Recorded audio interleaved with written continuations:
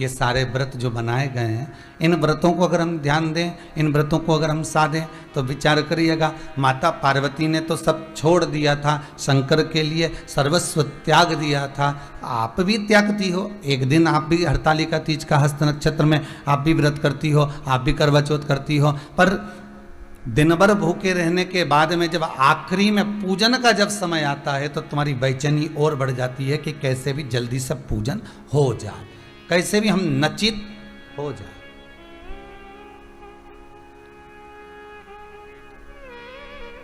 कैसे भी एक बार ये पूजन संपूर्ण हो जाए और हम फ्री हो जाएं और बाबा की ऐसी कृपा हो जाए कि हमारी पूजन भगवान स्वीकार कर ले। पर दिन भर आप भूखे रहे, दिन भर आपने भोजन नहीं करा, दिन भर आपने पानी नहीं पिया, दिन भर आप कुछ नाश्ता, फलाहार, फल फ्रूट, मिठाई, चाय, नाश्ता कुछ भी नहीं ग्रहण करे, और शाम होते होते भगवान की ऐसी लगन लगाकर कि अब बस पूजन होना है, जल्दी तैयार भी होना है, पूजन हो जाए, जल्दी से मैं नचित हो जाऊं, आधा घंटा 1 घंटा जो भी पूजन होगी उसके बाद मैं कुछ ना कुछ ग्रहण कर लूँ, उसके बाद मैं कुछ ना कुछ पा लूँ।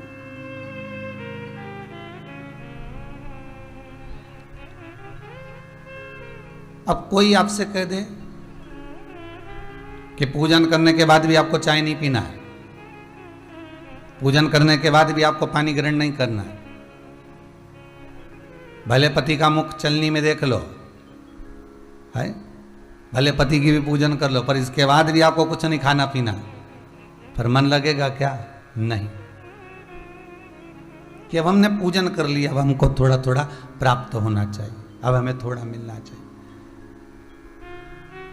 उदर की तृप्ति भोजन से, बार बार उमड़ उमड़ कर आता है कि मुझे चाय पी लेना चाहिए, पूजन हो गई है, हरतालिका तीज का थोड़ा सा पूजन हो गया है तो मुझे चाय पी लेना चाहिए, मुझे थोड़ा सा ये भाग ग्रहण कर लेना चाहिए, मुझे प्रसाद ले लेना चाहिए, मुझे कुछ पा लेना चाहिए। उदर की तृप्ति भोजन से, पर आत्मा की तृप्ति भजन से। ये आत्मा की जो तृप्ति का सुख है वो भगवान के भजन बिना नहीं हो सकता। एक संत एक लोटे को, एक कलश को प्रतिदिन मांजते थे, प्रतिदिन, और खूब अच्छे से मांजते, तो लोटा चमकता भी था खूब जोरदार। आप किसी बर्तन को रोज मांजोगे तो चमकेगा कि नहीं चमकेगा? अरे बोलो तो, जितने आस्था पर कथा सुन रहे हो, जितने फेसबुक यूट्यूब पर श्रवण कर रहे हो, दिल से तो बोलो, बर्तन को अगर रोज मांजोगे तो चमकेगा, प्रतिदिन मांजोगे तो चमकेगा, चाहे वो चांदी का हो, पीतल का हो, एल्युमिनियम का हो, कांसे का हो, स्टील का हो, उस बर्तन को अगर आप रोज मांज रहे हो तो वो चमकेगा प्रतिदिन। अब शिष्य बोला, गुरुदेव या आप क्या करते रहते हो, रोज बर्तन मांजते हो, रोज कलश मांजते हो, रोज रोज मांजने की क्या जरूरत है? जिस दिन अगर काम में लेना है कि आज हमको पानी चढ़ाने जाना है या आज हमको भगवान का स्नान करने जाना है, तो उसी दिन इस पात्र को क्यों नहीं मांजते?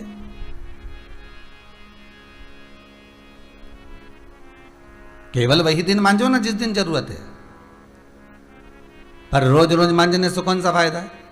तो गुरुजी ने कहा, अच्छा कोई बात नहीं बेटा, मैं इस बर्तन को, मैं इस लोटे को, मैं इस कलश को रख देता हूँ। और गुरुजी ने उस कलश को उठाकर रख दिया, गुरुजी ने उस पात्र को उठाकर रख दिया। जब गुरुजी ने पात्र उठाकर रख दिया, रखने के बाद 8-15 दिन निकल गए, 20 दिन निकल गए, 22 दिन निकल गए, 1 महीना निकल गया, और गुरुजी ने कहा, बेटा वो सावन का महीना आ गया है, तो जा कलश लेकर आ और उसको अच्छा साफ कर कर लेके आना, पहले जितना चमकना चाहिए हो।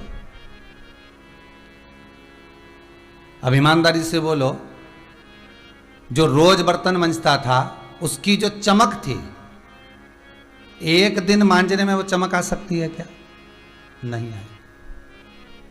फिर थोड़ी मेहनत भी ज्यादा करना पड़ेगी, ज्यादा उसको घसना पड़ेगा, ज्यादा उसको रगड़ना पड़ेगा,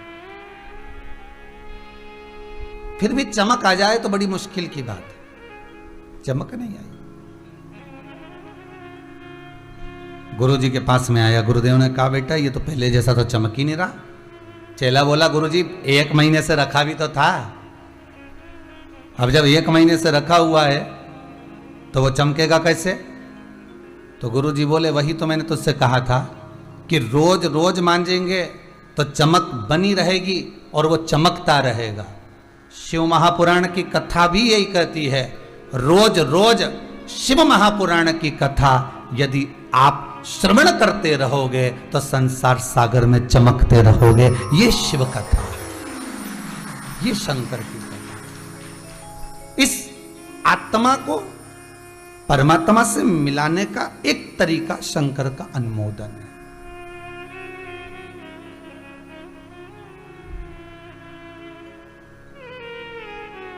श्वास रूपी शिव इस शरीर में है तो ये शरीर है, श्वास रूपी शिव इसमें से निकल गया तो ये शव बन गया। फिर इसमें शरीर का कोई भाव नहीं रहा, फिर केवल एक शव है।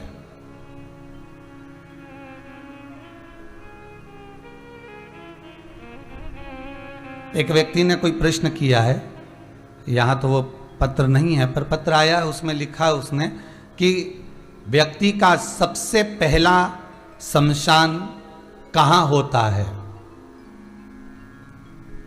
सबसे पहला शमशान किस जगह पर है? शिव महापुराण की कथा कहती है दुनिया में सबसे पहला शमशान उसका घर होता है।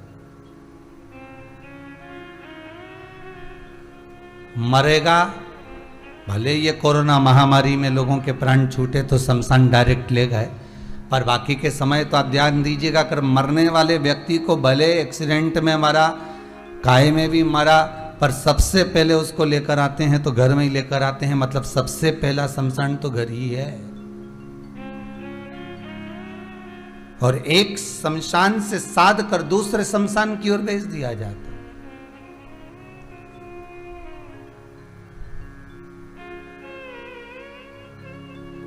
इस शमशान में, जो घर का शमशान होता है ना, इसमें समय को भस्म किया जाता है और उस शमशान में जब बांध कर ले जाते हैं तो उसमें शरीर को भस्म किया जाता है। दोनों में कोई अंतर नहीं। यहां हमारा समय भस्म हो रहा है, हम हमारे परिवार में रहकर काका, नाना, बुआ, फूफा, मामा, मामी, चाचा, चाची, बुआ, बहन, जमाई, बेटी, पोता, पोती, नाती, पंती, इन सब में अपना समय हम गंवा रहे हैं। इसमें हम अपने समय की आहुतियां दे रहे हैं, इसमें हमारे समय को हम भस्म कर रहे हैं। और जब आखिरी में कुछ भी नहीं रहता, तब इस शरीर में जब कुछ बचा ही नहीं है, समय पूर्ण तरह से जब भस्म हो जाता है, तब इस शरीर को बांधकर दूसरी जगह भेज दिया जाता है कि अब वो शरीर उस शमशान में जाए।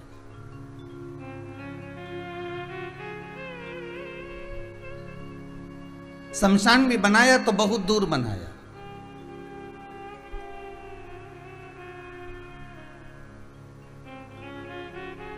एक बार किसी संत से पूछा गया इतनी दूर शमशान बनाने का फायदा कौन सा है, कारण क्या है?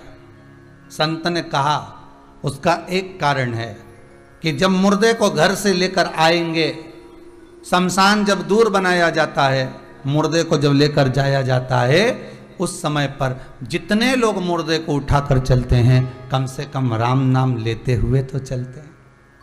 शमशान दूर बनाने का कारण भी यही है कि परमात्मा का भजन उतनी देर आप दिल से कर तो रहे हो, उस परमात्मा के दरवाजे जाते जाते राम नाम सत्य बोलते तो जा रहे हो, शंकर का स्मरण करते तो जा रहे हो, शिव नाम लेते हुए तो जा रहे हो। और जितनी देर आप राम नाम लें, शिव नाम लें, कृष्ण नाम लें, भवानी का नाम लें, दत्त का नाम लें, आपकी मर्जी पड़े जिसका आप नाम लें, जितनी देर ले रहे हैं समझ लेना उतनी देर आप इस मन रूपी लोटे को, इस आत्मा रूपी कलश को अच्छे से मांझ रहे हो, साफ कर रहे हो।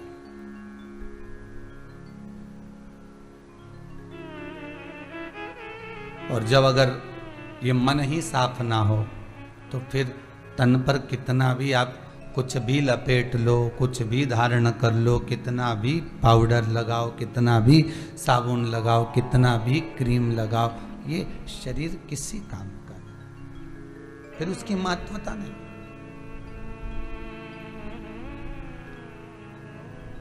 भगवान कभी इस शरीर को देखकर प्रसन्न नहीं होता। भगवान अगर प्रसन्न होता है तो केवल ये मन, ये आत्मा, ये चित्त वृत्ति देखकर प्रसन्न होता है। आपका भाव क्या है? आपकी चित्तवृत्ति क्या कर रही है?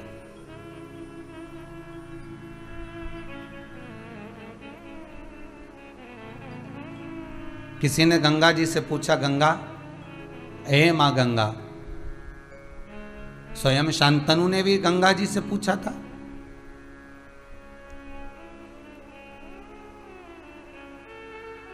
वो राजा शांतनु जो गंगा जी के पति भी कहलाए, एक बार उन्होंने भी पूछ लिया था। पर बड़ी विचित्र कथा है राजा शांतनु की, जो गंगा के पति बने।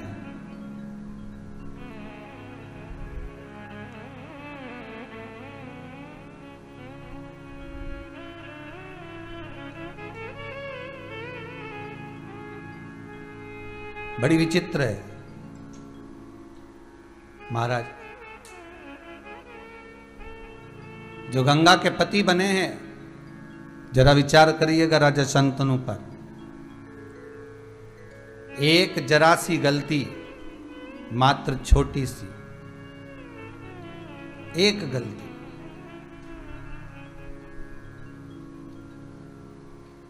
कौन थे राजा शांतनु? पूर्व समय में राजा महाभीष्म।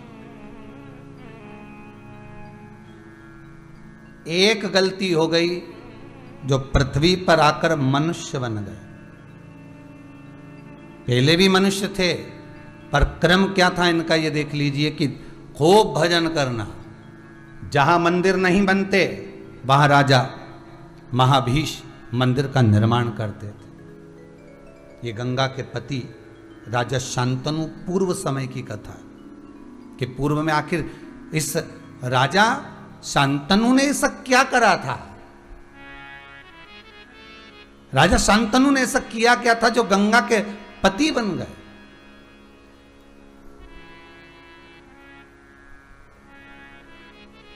और पत्नी भी मिली तो विरोधाभासी मिली।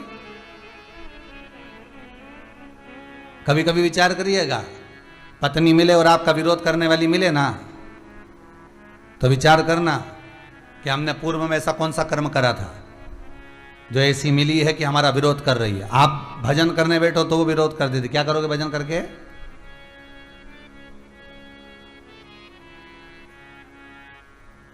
ज्यादा परिवार में खर्च कर दो तो बोल देगी। ये भाई बंधुओं में खर्च कर कर क्या करोगे?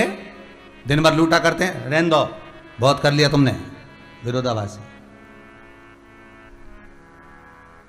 चार दोस्त लोग भोजन कर रहे हैं, उनकी धर्म पत्नियां भी बैठी हुई हैं, और पति ने अगर बिल दे दिया, पैसा जमा कर कर आ गया, या कचौड़ी, समोसा, पूड़ी, भजिया, उसका बिल दे दिया, तो विरोधाभास। तुम्हें क्या जरूरत है? तुम क्यों दे रहे हो? तुम्हें ही क्या पड़ी है जो सारा बिल तुम चुकाए जा रहे हो? विरोधाभास।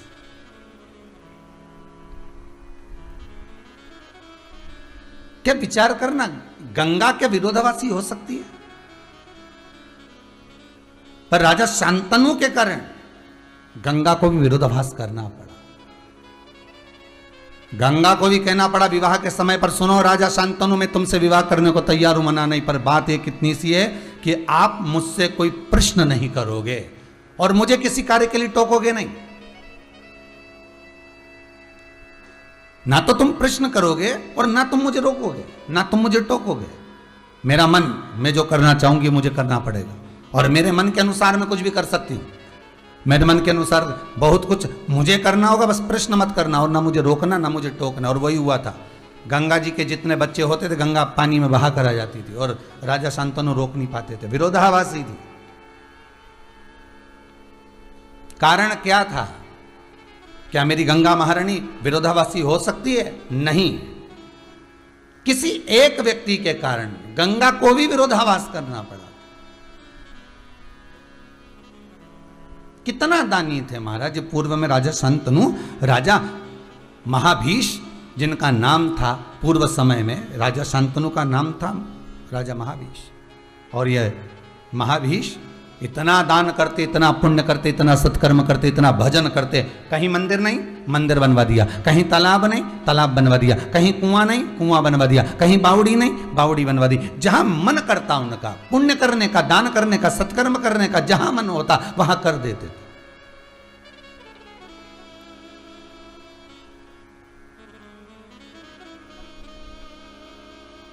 इस मृत्यु लोक में आने के बाद लोग कितने यज्ञ करते हैं, कितने अनुष्ठान करते हैं, कितना दान करते हैं, कितना पुण्य करते हैं, कितना सत्कर्म करते हैं, इसकी लेखावली देवताओं के पास में रहती है। शास्त्र ये कहता है, महाभारत तो यहां तक कहती है कि राजा महाभीष इतने अश्वमेध यज्ञ करे थे, इतना पुण्य करा था कि जो डायरी थी लिखने वाली, वो डायरी तक भर गई थी। अब विचार करिएगा जरा। मतलब लोगों का जो पुण्य का हिसाब है ना, वो रखना सरल है, पर राजा महाभीष का हिसाब रखना बहुत कठिन है। राजा शांतनु जो पूर्व में समय थे, उसका हिसाब रखना बड़ा कठिन था। बस एक गलती कर गए राजा महाभीष। दान पुण्य यज्ञ अनुष्ठान संकीर्तन सब करा, पुण्य कमा कमा कर इंद्र के पास पहुंचे। इंद्र ने सम्मान देकर इनको ब्रह्मलोक में स्थापित कर दिया कि अब तुम्हें कहीं नहीं जाना, अब आपको ब्रह्मलोक में रहना। अब आप ब्रह्मलोक में निवास करिए और ब्रह्मलोक का निवास करो, ब्रह्मलोक में रहो। अब एक बार ब्रह्मा जी के कमंडल में गंगा जी थी। ब्रह्मा जी के कमंडल में गंगा,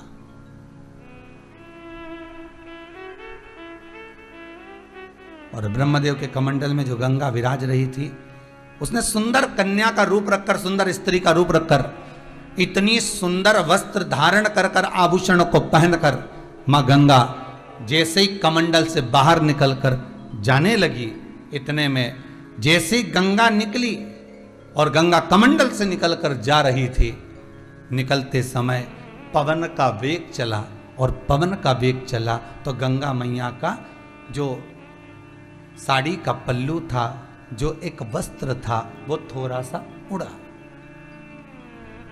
वस्त्र उड़ा, गंगा जी के मस्तक से वस्त्र नीचे हो गया।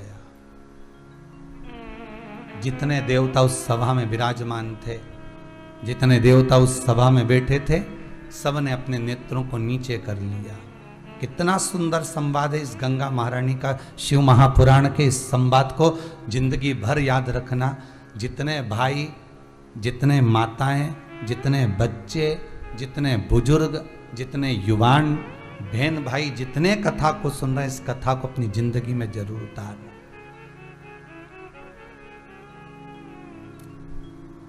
पहले भी कहा, बार बार कहा है, अंधों को देखकर कभी नहीं हंसना, शरीर से विकलांग को देखकर कभी नहीं हंसना।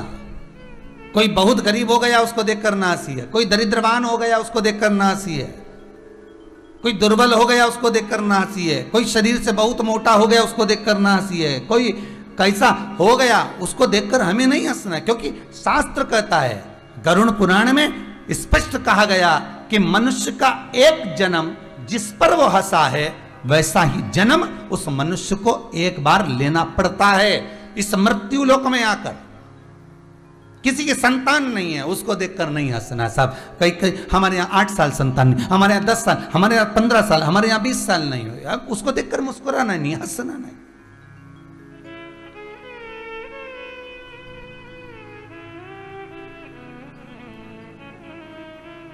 कोई शरीर से बेकार हो गया हो, किसी को शरीर में दाद हो जाती है, किसी को खुजली हो जाती है, किसी का, ये चमड़ी है, ये शरीर है।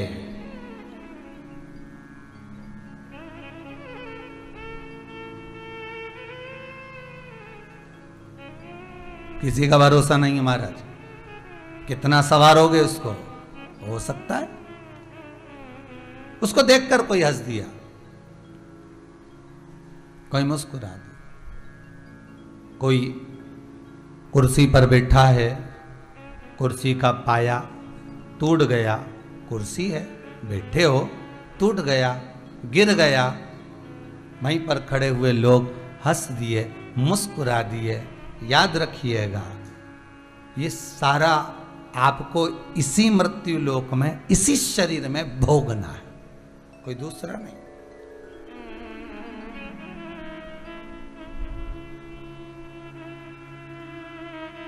यही इसी जगह पर।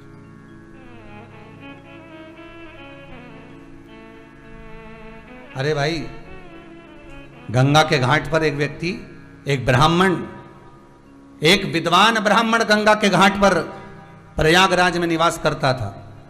और वह प्रयागराज में रहने वाला ब्राह्मण गंगा के पार जाकर कथा कहने जाता था, प्रवचन देने जाता था। जब वो प्रवचन देकर आता था तो उसको एक बार आवाज सुनाई दी, भैया रुको, भैया, ए पंडित जी, थोड़ा सा रुक जाओ, थोड़ा प्रवचन हमको भी दे जाओ, थोड़ा सा ज्ञान हमको भी दे जाओ, थोड़ी कथा हमको भी सुना जाओ। उसने आवाज लगाई। इसने पलट कर देखा, ब्राह्मण ने कोई दिख नहीं रहा। ब्राह्मण पलट कर देख रहा है तो कोई नजर नहीं आ रहा। ब्राह्मण चले गया, दूसरे दिन फिर गया, फिर आवाज आई, फिर कोई बोला, भैया रुक जाओ, पंडित जी थोड़ा सा ज्ञान हमको दे जाओ। पंडित जी ने देखा आखिर ये रोज रोज कौन बोलता है। पंडित जी का ध्यान गया तो एक मगर बैठा हुआ था और वो मगर चिल्ला कर कह रहा था, पंडित जी आप मेरी ओर देखो, मैं मगर की योनि में हूं, मैं बोल सकता हूं, मुझे ये वर प्राप्त है, मेरा निवेदन स्वीकार करोगे? आप इतनी दूर कथा वाचने जाते हो, इतनी दूर आप प्रवचन देने जाते हो, मां दक्षिणा कितनी मिलती है? तो इतने में पंडित जी ने कहा, मैं क्या को दक्षिणा बताऊं तेरे को? नहीं, दक्षिणा कितनी मिलती है? तो बोलो। पंडित जी ने बोला तुरंत, एक सिक्का मुझे प्राप्त होता, एक मुद्रा मुझे प्राप्त होती। एक सिक्का मिलता है ना आपको? हाँ। मगर बोला एक सिक्का, एक मुद्रा मैं आपको दूंगा, आप इतनी दूर प्रवचन देने जाते हो, उसकी जगह प्रवचन मुझे दे दो। ठीक है। पंडित जी तो बड़े खुश हो गए, इतनी दूर नाव से जाओ, पैसा लगाओ, उसकी जगह यहीं की यहीं मुद्रा मिल रही, यहीं की यहीं सिक्का मिल रहा। पंडित जी ने उस मगर को प्रवचन देना चालू कर दिया। मगर रोज एक सिक्का सोने का निकाल कर दे देता और सोने का सिक्का पंडित जी लेते घर चले जाते। आज मगर के मन में कथा सुनते सुनते ज्ञान उपज गया और ज्ञान उपजा तो मगर ने विचार करा कि मेरे में जो ज्ञान प्राप्त हुआ ये पंडित जी के द्वारा प्राप्त हो गया। पंडित जी से कहा, पंडित जी अब मेरा मन होता है कि मैं इस गंगा से त्रिवेणी तक जाऊं और त्रिवेणी में गोता लगाकर अपने जीवन को अब समाप्त कर दूं। अब मेरे जीवन में कुछ नहीं बचा, मैंने कथा सुन ली, प्रवचन सुन लिया, सब कुछ प्राप्त कर लिया, अब मुझे यहां नहीं रहना, अब मैं गंगा छोड़कर त्रिवेणी में जाकर अपने शरीर को छोड़ूंगा। पर मेरा एक मन है, जिस घड़े में से मैं सिक्का निकाल कर लाता था वो घड़ा मैं आपको देना चाहता हूं, आप उस घड़े को रख लीजिए, जिससे आप आनंद पाएंगे। पंडित जी तो खुश हो गए, भले कथा नहीं करना पड़े, भले प्रवचन नहीं करना पड़े, पर घड़ा तो मिल गया, नहीं सोने से भरा हुआ। पंडित जी ने घड़ा लिया, लाओ जरा ला के दो। पंडित जी को घड़ा दिया। पंडित जी इतने खुश होकर, इतना ठाका लगाकर, मुस्कुराकर जाने लगे, अब ये जाए त्रिवेणी नहाए और मैं घड़ा लेकर जाऊं। और पंडित जी घड़ा लेकर जैसे ही जाने लगे, इतने में मगर खूब तेज ठाका लगाकर हंसा। जैसे ही हंसा तो पंडित जी ने पूछ लिया कि तू हंस क्यों रहा?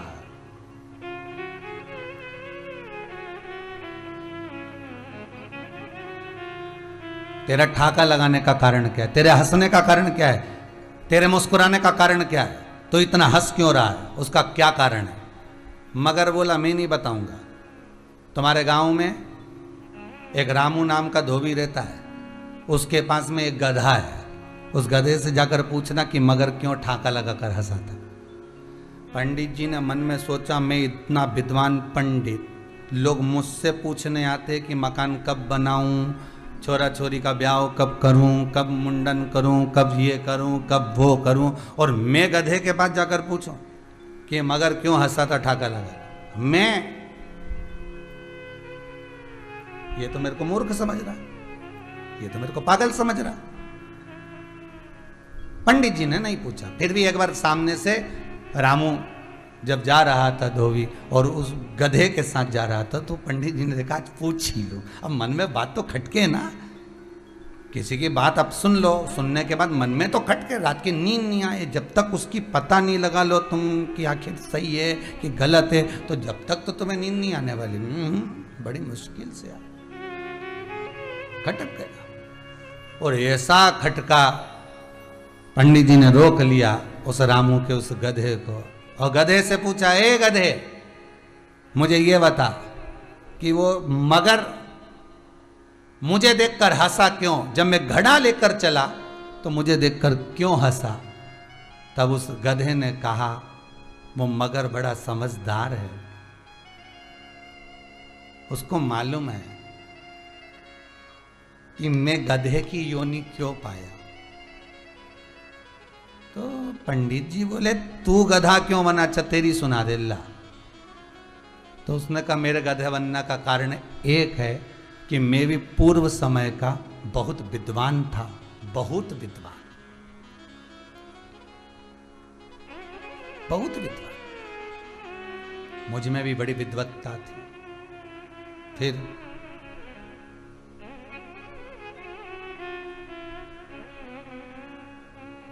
मैंने भी बड़ी विद्वत्ता प्रदान करी लोगों को, दुनिया के लोगों को मैंने भी बहुत ज्ञान दिया, खूब प्रवचन दिया, खूब कथा कही, खूब बोला मैं। तो इतने में पंडित जी बोले, तू गधा क्यों बना वो तो बता।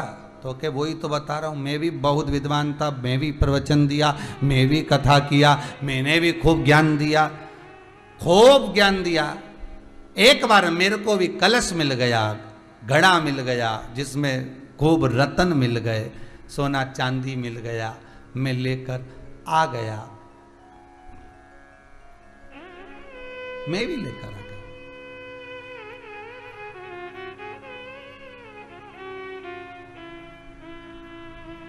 गधे की योनि क्यों मिली वो तो बता। बस कारण इतना सा हुआ कि जो ज्ञान मैंने दुनिया को दिया वो मैं अपने में नहीं उतार पाया, इसलिए गधे की योनि को पा गया। कलश तो मिल गया, सोना चांदी भी मिल गया, आप प्रवचन करेंगे, कथा करेंगे, विद्वत्ता रखेंगे, दुनिया को ज्ञान बांटेंगे, आप धन तो कमा लोगे, आप धन तो एकाग्रित कर लोगे, पैसा भी जोड़ लोगे, संपदा भी बना लोगे, जमीन जायदाद भी बना लोगे, घर बंगला भी बना लोगे।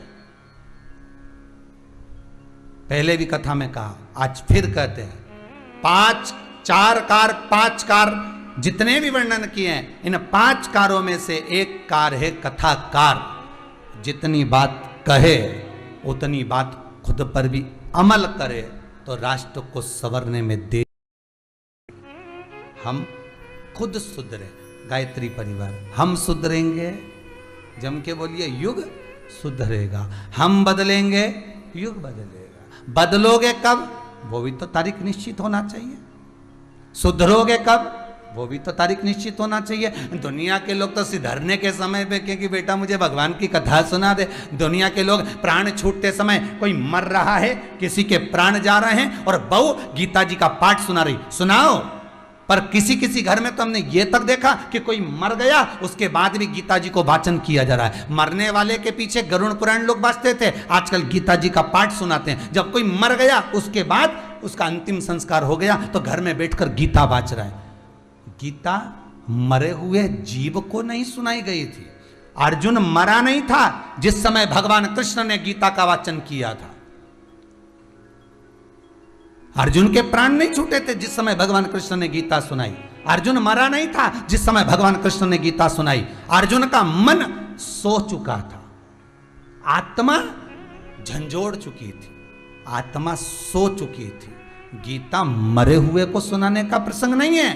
गीता जब ये मन, ये आत्मा काम में, लोभ में, आसक्ति में, वासना में, तृष्णा में, अपनों में फंस जाए, उसको निकालने का, उसको जगाने का प्रसंग है गीता। पर दुनिया के लोग कोई मर गया तो गीता जी बाँच लो, चलो आजकल फैशन में हो गई, गरुण पुराण की जगह लोग गीता जी बाँचे। तो मर गया उसको गीता क्या सुनाओगे, तो निपट के गया उस।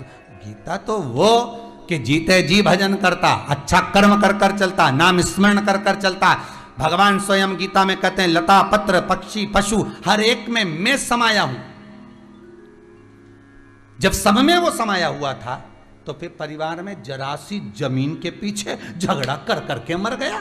जब भाई में भी परमात्मा है, बहन में भी परमात्मा है, नाते में भी परमात्मा है, रिश्ते में भी परमात्मा है। भगवान कह रहा है गीता जी में कि एक एक लता पत्र पक्षी पशु जलचर थलचर वायुचर, जितने आकाश मंडल में तारे जीव, जितने भी कण कण, हर एक में मेरा भगवान बसा हुआ है। तो फिर भेद कहां से आ गया कि ये पराया और ये मेरा।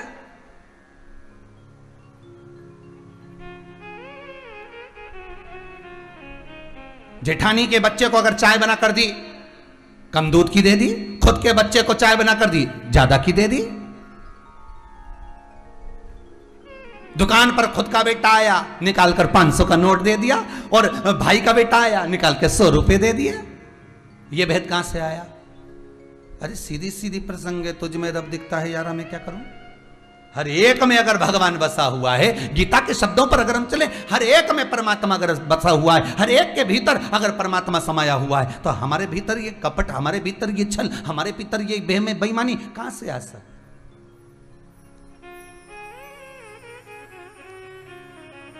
पहले कहा था बच्चों को गीता पढ़ाओ, गीता सुनाओ।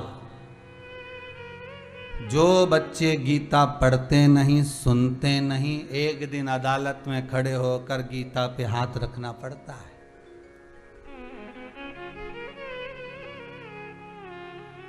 जिनने पढ़ी नहीं, जिनने सुनी नहीं, वो करेंगे क्या? फिर गीता पर हाथ रखेंगे।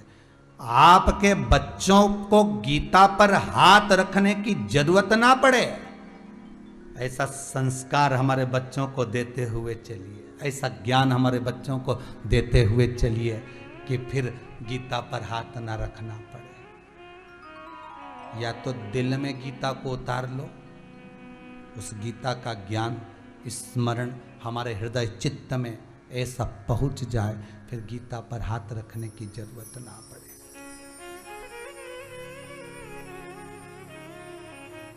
भगवत गीता की बात चल रही, नहीं तो तुम पड़ोसन गीता की बात कर लो। तुम्हारा क्या भरोसा, सुनने वाले बड़े चतुर चतुर होते हो कि गुरुजी बोले हैं गीता को हृदय में उतार लो। अब इनकी चित्तवृत्ति में कौन सी गीता बैठी अभी कौन जाने। यहां जो गीता चल रही है श्रीमद् भगवत गीता की बात चल रही हो, चित्तवृत्ति में उतारिए, हृदय में उतारिए, श्रवण शक्ति में उतारिए। जरूरत नहीं। क्यों मिला? ये गधे की योनि क्यों प्राप्त हुई? ये गधे की योनि हमें क्यों प्राप्त हुई? उसका कारण केवल इतना सा है कि हम अपने जीवन में जो बोले वो उतार नहीं सके। बर्तन को सबसे ज्यादा कहां से मांजना चाहिए बोलो? बाहर से कि अंदर से?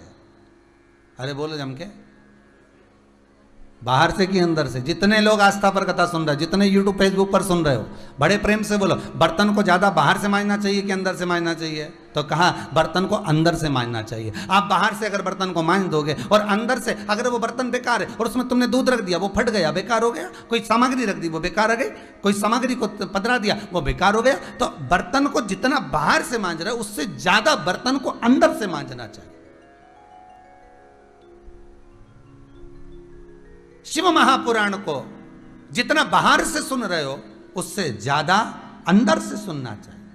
भीतर से अगर ये पुराण भीतर पहुंच गई, जीवन का आनंद पा गई। पहले की माताएं कितनी चतुर होती थी, कितनी चतुरता होती थी पहले की माताओं में। आप भी देखना, आपके गांव के आसपास में, आपके मोहल्ले में, आपके पड़ोस में, आपके रिश्तेदारों में पुरानी पुरानी माताओं देखना, आज भी पर्स नहीं रखती, पैसे को पल्लू में बांध के रखती। बोलो सही है कि गलत है? पहले की माताएं पर्स नहीं रखती थी, पैसे को पल्लू में बांध कर रखती थी। और आज की माताएं क्या करती है, वो चामड़े के पर्स में पैसे को रख देती है। मालूम पड़े कथा सुनने जा रही थी, कहीं जा रही थी, सब्जी वाले के यहाँ जा रही थी, कहीं बाजार जा रही थी और ऑटो में बैठ के गई, मालूम पड़े वो चामड़े का पर्स ऑटो में ही छूट गया। कथा में जा रही थी, मालूम पड़े वो चमड़े का पर्स वहीं छूट गया। बोलो सही है कि गलत है?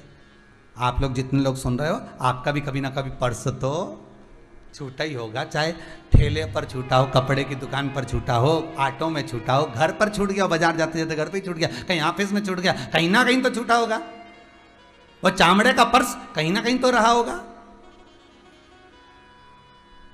आज की माताएं चमड़े के पर्स में पैसा रखती हैं और वो चमड़े का पर्स कहीं पर भी छूट सकता है। पर पुरानी माताओं से ज्ञान ले लो, पैसे को पल्लू में बांध कर रखो तो ये पल्लू कहीं छूटे? अरे बोलो तो सर, कहीं नहीं। तुरंत ऑटो वाला बोला जरा जी देव 20 रुपया दो, ले 50 का रख ले, 30 रुपया मुझे वापिस दे दे। उसने 30 दिया, इन्हें फिर बांध लिया तुरंत। अब पर्स तो कोई चुरा भी सकता है,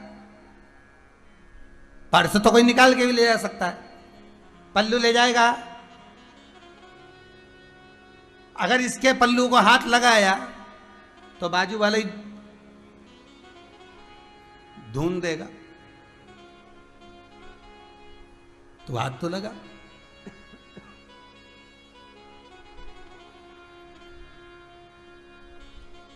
पल्लू बस इतनी समझदारी हमको भी रखना है।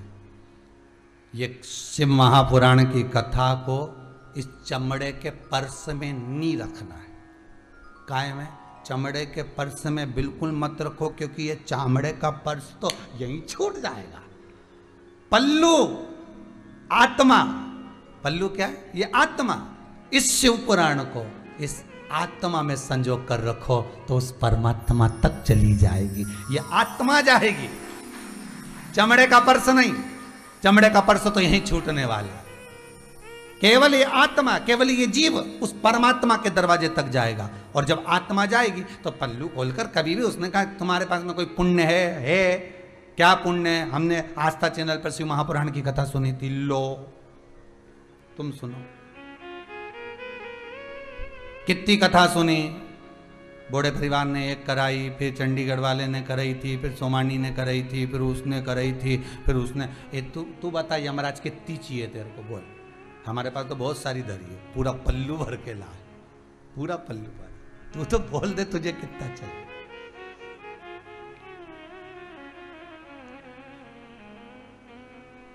संजोग कर रखी। देखी है जब से ये तस्वीर तेरी,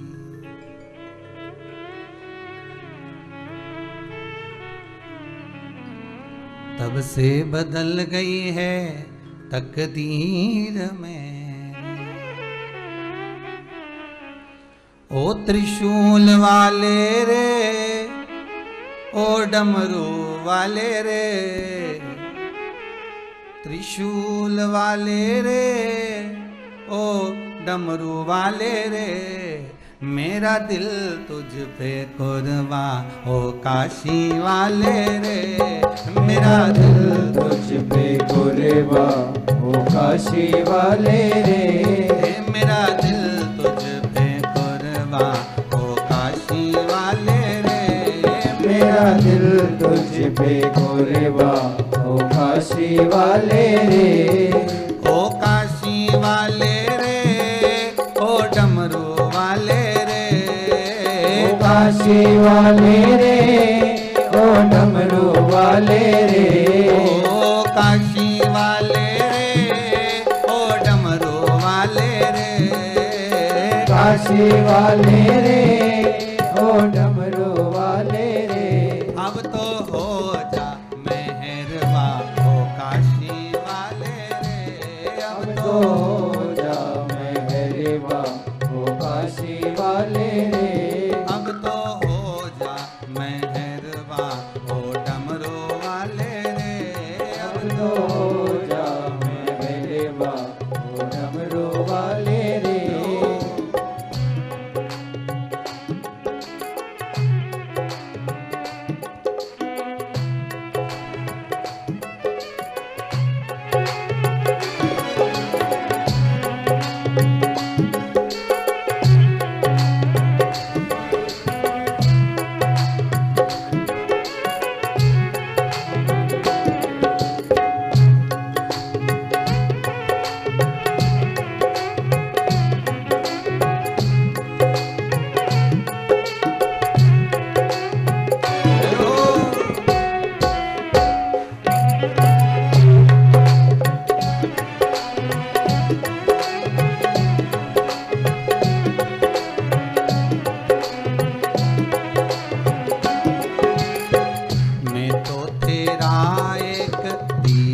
दीदार चाहूं, मैं तो तेरा एक दीदार चाहूं, दीवाना तेरा तेरा प्यार चाहूं, दीवाना तेरा तेरा प्यार चाहूं, मैं तो तेरा एक दीदार चाहूं, मैं तो तेरा एक दीदार चाहूं, दीवाना तेरा तेरा प्यार चाहूं, दीवाना तेरा तेरा प्यार चाहूं, ओ डमरू वाले रे त्रिशूल वाले रे, ओ डमरू वाले रे त्रिशूल वाले रे, ओ काशी वाले रे उज्जैनी वाले रे,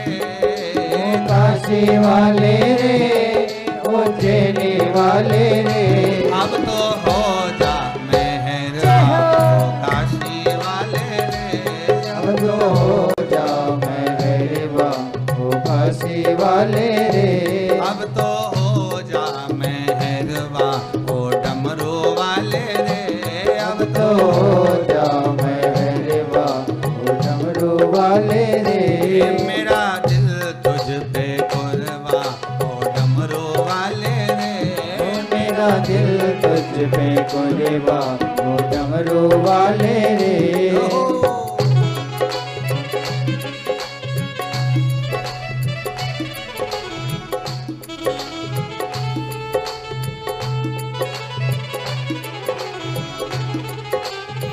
आओ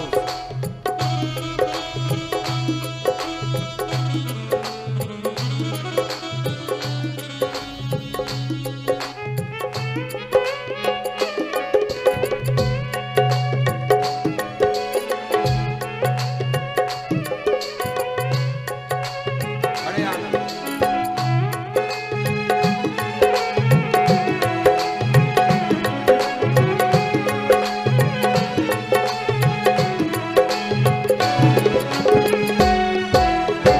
जय हो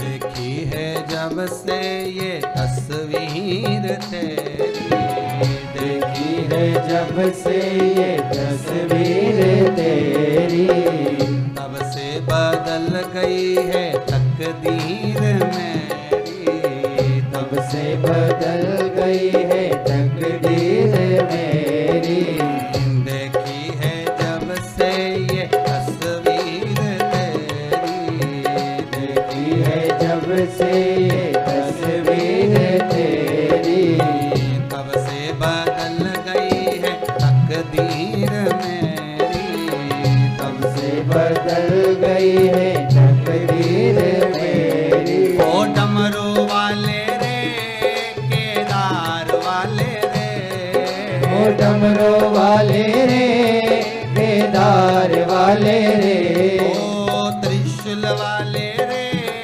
ओ काशी वाले रे, ओ त्रिशूल वाले रे ओ काशी वाले रे, अब तो हो जा मेहरबान ओ काशी वाले रे, अब तो हो जा मेहरबान ओ काशी वाले रे, मेरा दिल तुझ पे कुर्बा ओ डमरू वाले रे, मेरा दिल तुझ पे कुर्बान ओ डमरू वाले रे, मेरा दिल तुझ पे कुर्बा ओ काशी वाले रे, मेरा दिल तुझ पे कुर्बान ओ काशी वाले रे, मेरा दिल तुझ पे कुर्बा ओ डमरू वाले रे, मेरा दिल तुझ पे कुर्बान ओ डमरू वाले रे, मेरा दिल तुझ पे कुर्बा ओ काशी वाले रे, मेरा दिल तुझ पे कुर्बान ओ काशी वाले रे, हर हर महादेव।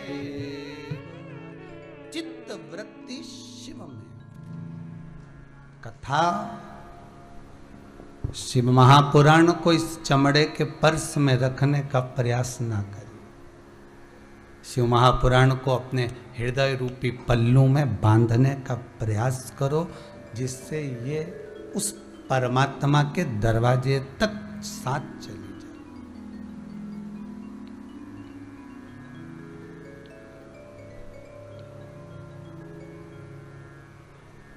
परमात्मा के द्वार तक साथ जाए। कथा कह रही है, महाभीष ने एक गलती कर दी, सबने नेत्र नीचे झुका लिए जिस समय पर गंगा मैया का पल्लू सरका, सबने शीश झुका, पर केवल एक था जो मनुष्य की देह छोड़कर ब्रह्मलोक में निवास कर रहा था।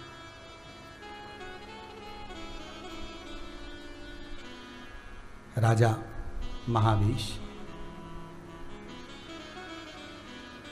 इसने माता का मुखाग्रविंद देखता रहा, नेत्रों से निहारता रहा।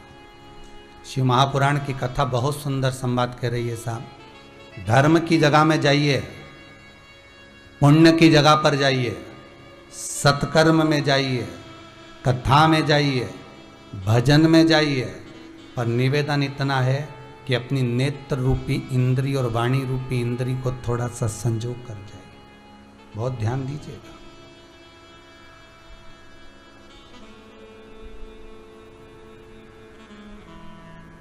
धर्म को धंधा मत बनने देना।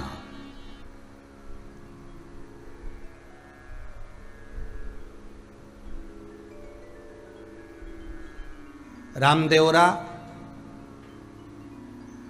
रुणीचा, श्याम जी, खाटू श्याम, सालासर वाला जी, जीण माता जी, रानी सती दादी जी, राजस्थान में बहुत सारे तीर्थ हैं, और मध्य प्रदेश से ही नहीं, हरियाणा, पंजाब, गुजरात, राजस्थान, आसपास के सारे क्षेत्रों से दुनिया के लोग पैदल जाते हैं। आपने भी दर्शन करे होंगे, जितने लोग कथा सुन रहे हो आपने भी दर्शन करे होंगे। झंडा लिया, चल दी, ध्वजा ली, चल दी। कई लोग दर्शन करने के लिए जा रहे हैं, कई लोग पैदल चलकर जा रहे हैं और अपनी बड़ी मस्ती में चले जा रहे हैं। मैं दंडवत करता हूं ऐसे जाने वालों को जो पैदल पैदल भगवान के दर्शन करने के लिए दिल से जा रहे हैं। पर उसमें भी कई लोग छल करना जानते हैं, कई लोग ऐसे भी हैं जो वहां जाना नहीं चाहते, परंतु उन्होंने झंडा उठाया, चल दिए। उनने विचार करा 2-4 लोगों को साथ ले लेते हैं, पोटला पोटली बांध के जब चलेंगे, किसी को हाथ देकर गाड़ी वाले को रोकेंगे, साइड में दुकान वालों को रोकेंगे, थोड़ा सा पैसा, भैया हम जा रहे हैं, वहां तक जा रहे हैं, जरा हमको भोजन का दे दो, थोड़ी व्यवस्था कर दो। ध्यान देना, थोड़ा सा बुरा लग सकता है आपको, पर कुछ के चक्कर में जो ईमानदारी से जा रहा है ना, वो आपके सामने कभी हाथ नहीं फैलाएगा। बहुत ध्यान दीजिएगा। हमारा जो झंडा लेकर, ध्वजा लेकर जो बाबा के दर्शन करने जा रहा होगा, प्रभु के दर्शन करने, वो आपके आगे कभी हाथ नहीं फैलाएगा। कभी नहीं कहेगा कि मुझे चाय पिला दो, कभी नहीं कहेगा कि मुझे 2 रुपया दे दो, कभी नहीं कहेगा कि गाड़ी को हाथ देकर कि मुझे कुछ दे दीजिए। नहीं, कभी नहीं कहेगा अगर वो ईमानदारी से जा रहा है तो। हाँ, जो धर्म को जानकर केवल अपने लिए कि यहाँ से मुझे कमाई हो सकती है, मैं अगर जाऊँगा ऐसा सबके हाथ रोककर गाड़ियाँ रुकवाऊँगा, पैसा मांगूंगा तो मेरा कुछ इनकम हो सकता है, अब इस चक्कर में दूसरे भी बदनाम हो। धर्म का धंधा ना हो। बस ये कथा यहाँ जा रही है इसको, और आप लोगों ने भी कई जगह पर देखा होगा, आपके सामने भी ये प्ररूप आया होगा। धर्म का धंधा। मंदिर में भगवान की मूर्त विराजमान करो, मना नहीं है। मंदिर में भगवान की मूर्त विराजमान करो, मना नहीं है।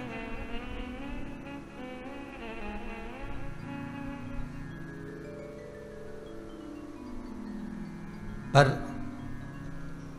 उस मंदिर में भगवान की मूर्त विराजमान करना केवल सेवा के लिए केवल भगवान को अपने हृदय में बिठाने के लिए, भगवान से लाड लड़ाने के लिए, भगवान को पाने के लिए और भगवान के हो जाने के लिए, धन के लिए नहीं।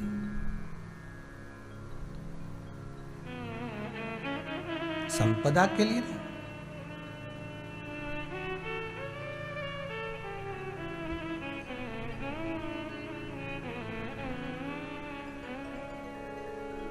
आप यदि उस परमात्मा के हो गए, आप उस परमात्मा के हो गए। आज एक कोई माता जी आई थी भोपाल से, शायद चली गई होंगी, अपने पति के साथ आई थी, कह रही थी गुरुजी मैं केवल यहां प्रणाम करने आई हूं, इस कुबेरेश्वर धाम को मैं नमन करने आई हूं। 3 महीने पहले आई थी, एक कामना कर कर गई थी और बाबा ने मेरी उस कामना को स्वीकार कर लिया। मेरा ऐसा काम हो गया, इतना दे दिया बाबा ने कि अब मुझसे बटोरा ना आ जाए। मैं उसको प्रणाम करने आया। आप अगर उसके हो गए, मान लो आप परमात्मा के हो गए और परमात्मा आपका हो गया, तो आपको किसी के आगे हाथ फैलाना पड़ेगा क्या? किसी के आगे नमन करना पड़ेगा? भैया आप दीजिएगा, ये कहेगा?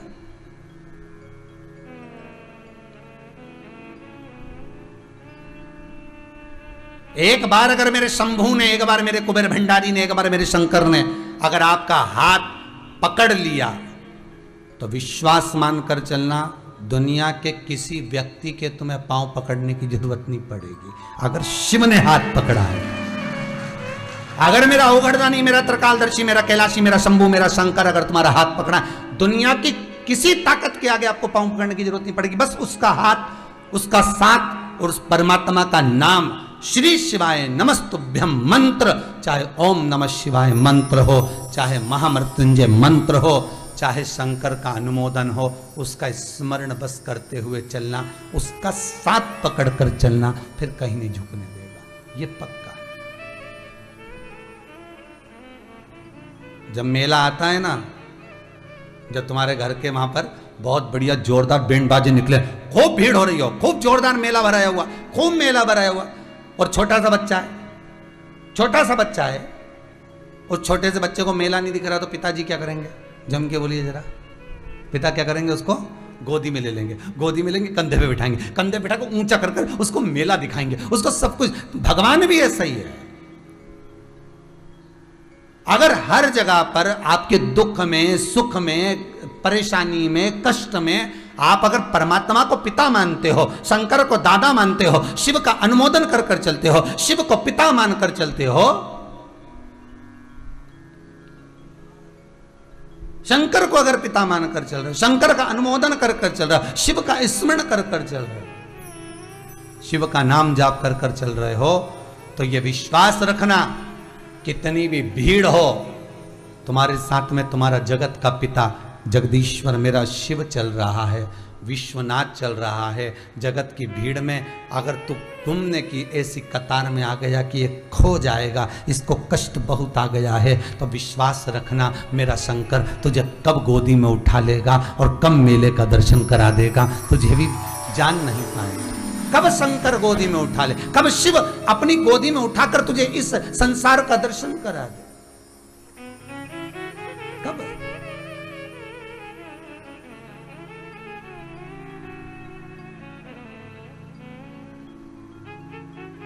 उसका द्वार, उसका दरवाजा, उसकी चौखट सुख प्रदान करे। महाराज गलती हो गई राजा महाभीष से, एक गलती हुई कि गंगा जी को देखता रह गया। धर्म की जगह पर जाओ, सत्कर्म की जगह पर जाओ, यज्ञ में जाओ, अनुष्ठान में जाओ, भजन में जाओ, कीर्तन में जाओ, भगवान की किसी भी धार्मिक जगह पर, तीर्थ व्रत आदि आदि जगह पर अगर आप जा रहे हैं तो इतना जरूर ध्यान रखना, इतना सा बस ध्यान रखकर चलना कि हमारी इन इंद्रियों से कोई गलती ना हो जाए, हमारी इन इंद्रियों से कोई गलती ना। ब्रह्मलोक में रह रहे राजा महाभीष, ब्रह्मलोक में एक गलती कर गए, गंगा जी को एक टकटकी लगाकर देखते गए, और गंगा जी को देखते गए तो ब्रह्मा जी को क्रोध आ गया, और ब्रह्मदेव ने कह दिया, ए राजा महाभीष, गजब, तूने पृथ्वी पर जाकर यज्ञ करा, अनुष्ठान करा, दान करा, पुण्य करा, सत्कर्म करा, सब कुछ करा, दुनिया भर का तूने मंदिर बनवाया, देवालय बनवाया, पर तूने ब्रह्मलोक में आकर एक गलती कर दी कि जो पुत्री गंगा है जो मेरे कमंडल से निकल कर जा रही थी,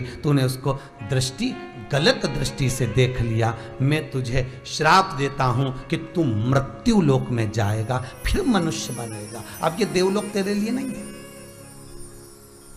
ये देवलोक तेरे लिए नहीं है, मृत्यु लोक में जाएगा। राजा महाभीष की आंखों में जल भर गया। क्षमा करिए, क्षमा कर दो।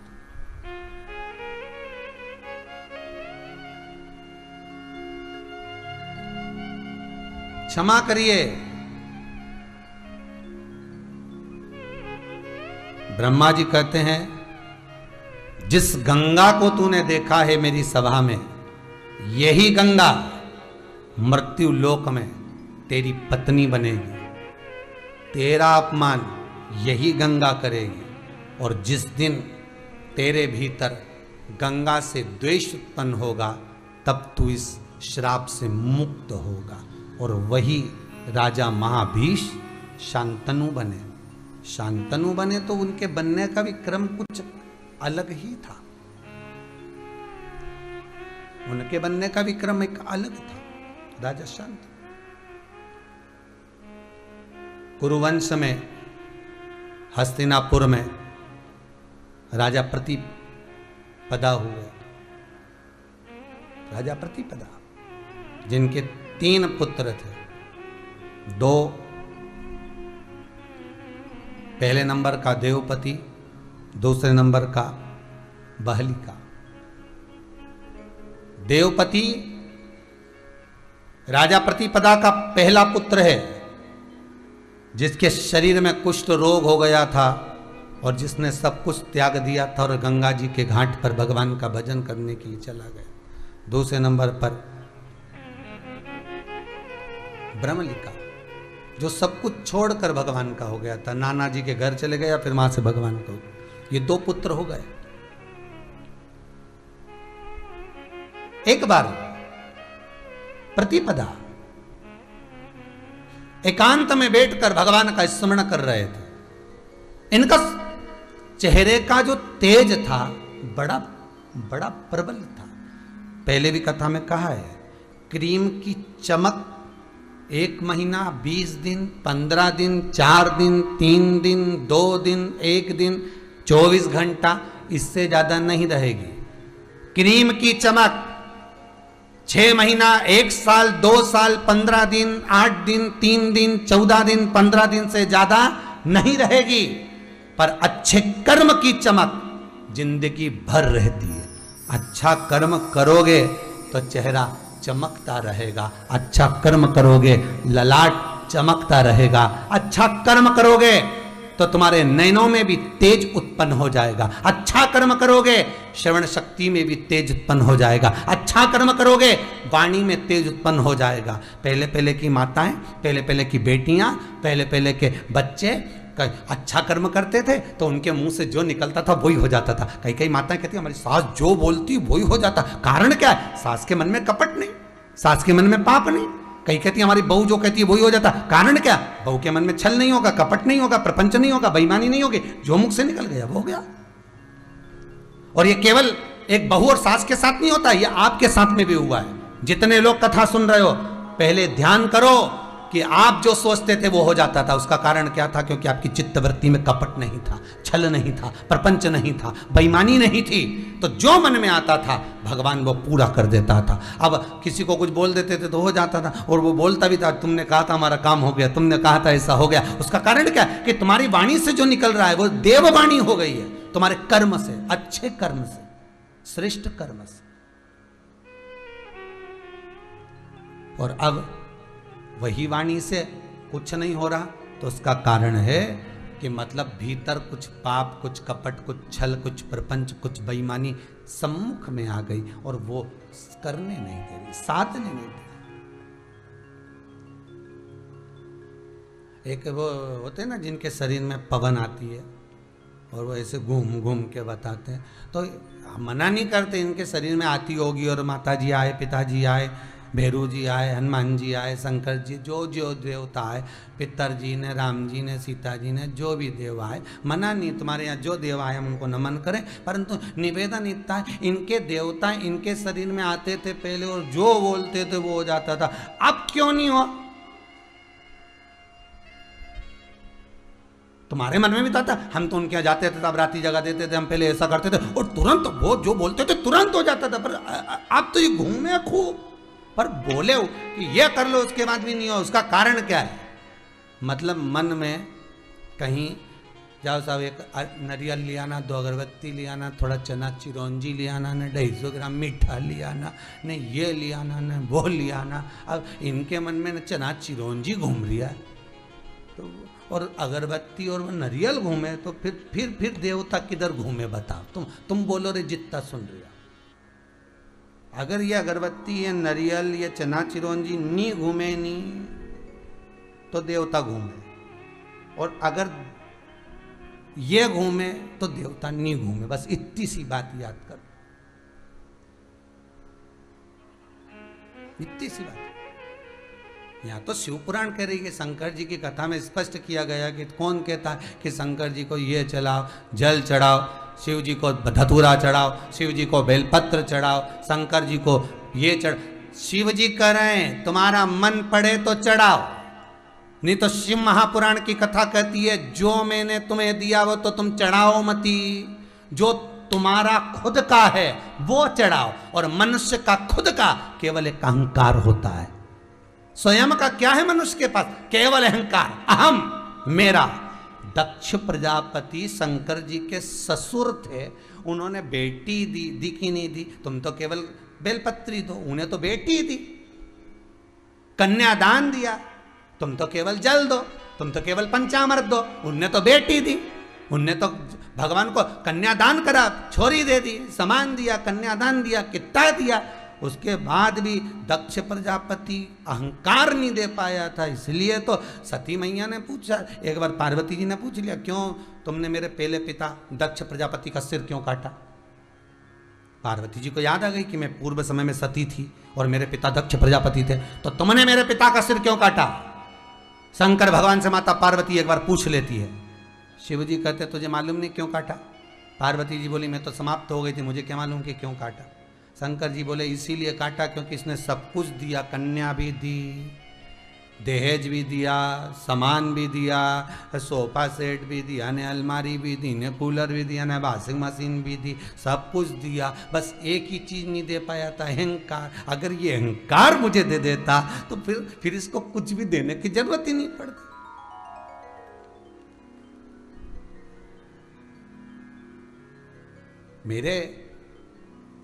मेरी माताओं से एक निवेदन और बेटियों से निवेदन है, जितों की बेटियां, जितनी कुंवारी बेटियां हैं ना, जिनकी शादी नहीं हुई, उनसे हाथ जोड़कर निवेदन है, बेटियां याद रखना, तुम अलमारी लाना दहेज में, मना नहीं हो। फ्रिज लाना दहेज में, मना नहीं हो। कपड़ा भी ले आना, मना नहीं है। पेटी भी ले आना लोहा की, नहीं लोहा की तो बंद हो गई, अटैची लाते हो गए, अटैची ले आना, मना नहीं है। चप्पल भी ले आना, मना नहीं है। पर निवेदन है अहंकार लेकर मत आना, अहंकार को घर छोड़कर आना। मम्मी से क्या ना, मम्मी ये अहंकार तू धर ले, मेरे ससुराल में मैं सब ले जाऊंगी पर अहंकार लेकर नहीं जाऊंगी। और बस ससुराल में एक बार तुम्हारे मुंह से नहीं निकलना चाहिए कि मेरे पिता ऐसे और मेरा भाई ऐसा और तुम मुझे अभी जानते नहीं हो, 2 मिनट में ये अहंकार नहीं तो क्या, ये घर छोड़ के आना था। पर सब कुछ लाई ने अलमारी में भर के फिर अहंकार लिया, तो क्या मतलब का?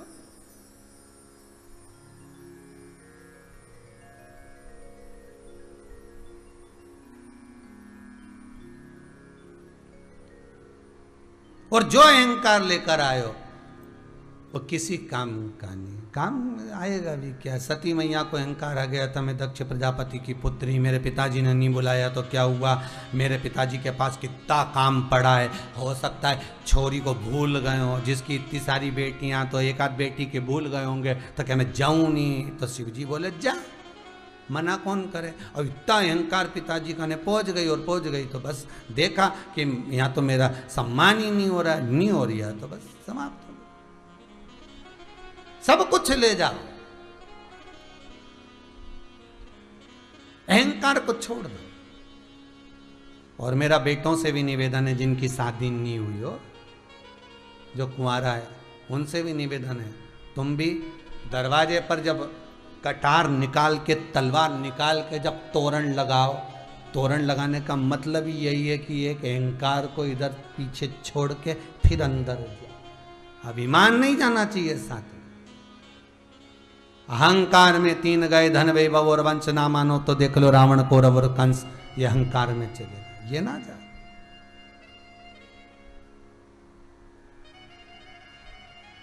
अभिमान नहीं जाना चाहिए। और वो अहम प्रतिपदा,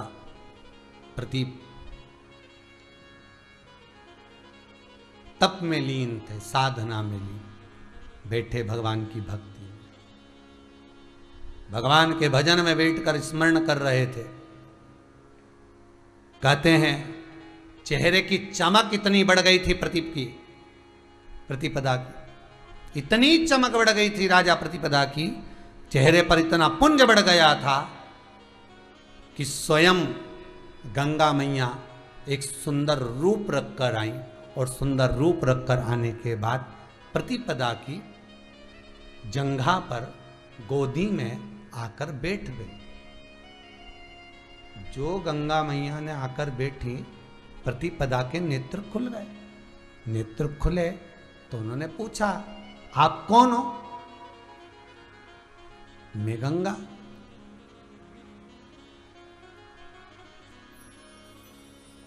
प्रतिपदा ने पूछा, आप मेरे पास में क्यों आई हो? मेरे नजदीक में क्यों आई हो? आप मेरी जंघा पर आकर क्यों विराजमान हुई? मेरी गोद में आकर क्यों बैठी हो? क्या कारण है? गंगा कहती है, मेरा काम ही यही है। जिसके हृदय में स्वयं नारायण बस जाता है, जिसके हृदय में शिव बस जाता है, जिसके हृदय में परमात्मा बस जाता है, गंगा कहती है मैं उसके गोद में जाकर बैठ जाती हूँ। इसलिए बैठी हूँ। क्या चाहती हो? विवाह।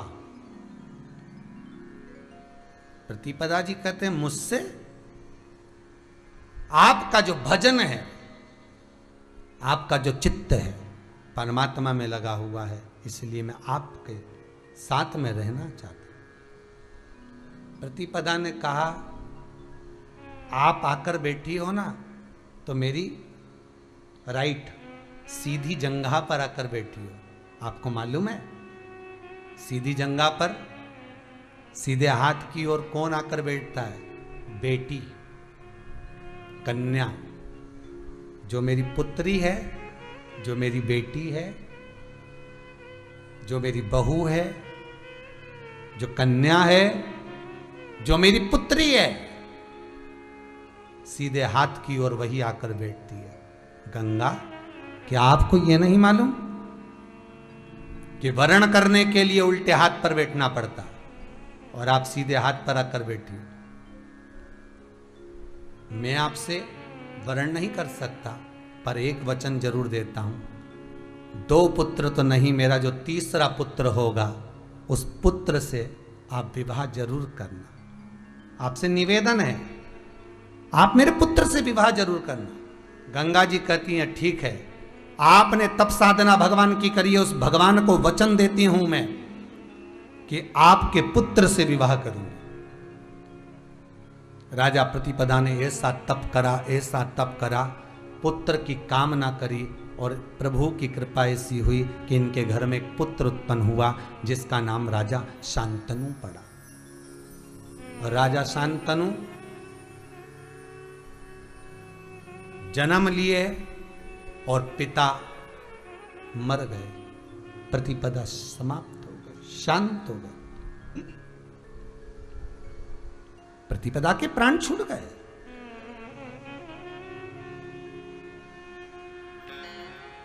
प्रतिपदा चले गया, और प्राण छूटे। कभी कभी होता है, बच्चा जन्म लिया, मर गया, किसी की आयु कम है, मर गया। हमको ये लगता है इसको जीना था, बहुत जल्दी मर गया। हमको लगता है, हम रोते हैं उस जीव के लिए, पर भगवान ने उसकी कम आयु दी, उसको अपनी ओर वापस बुला लिया।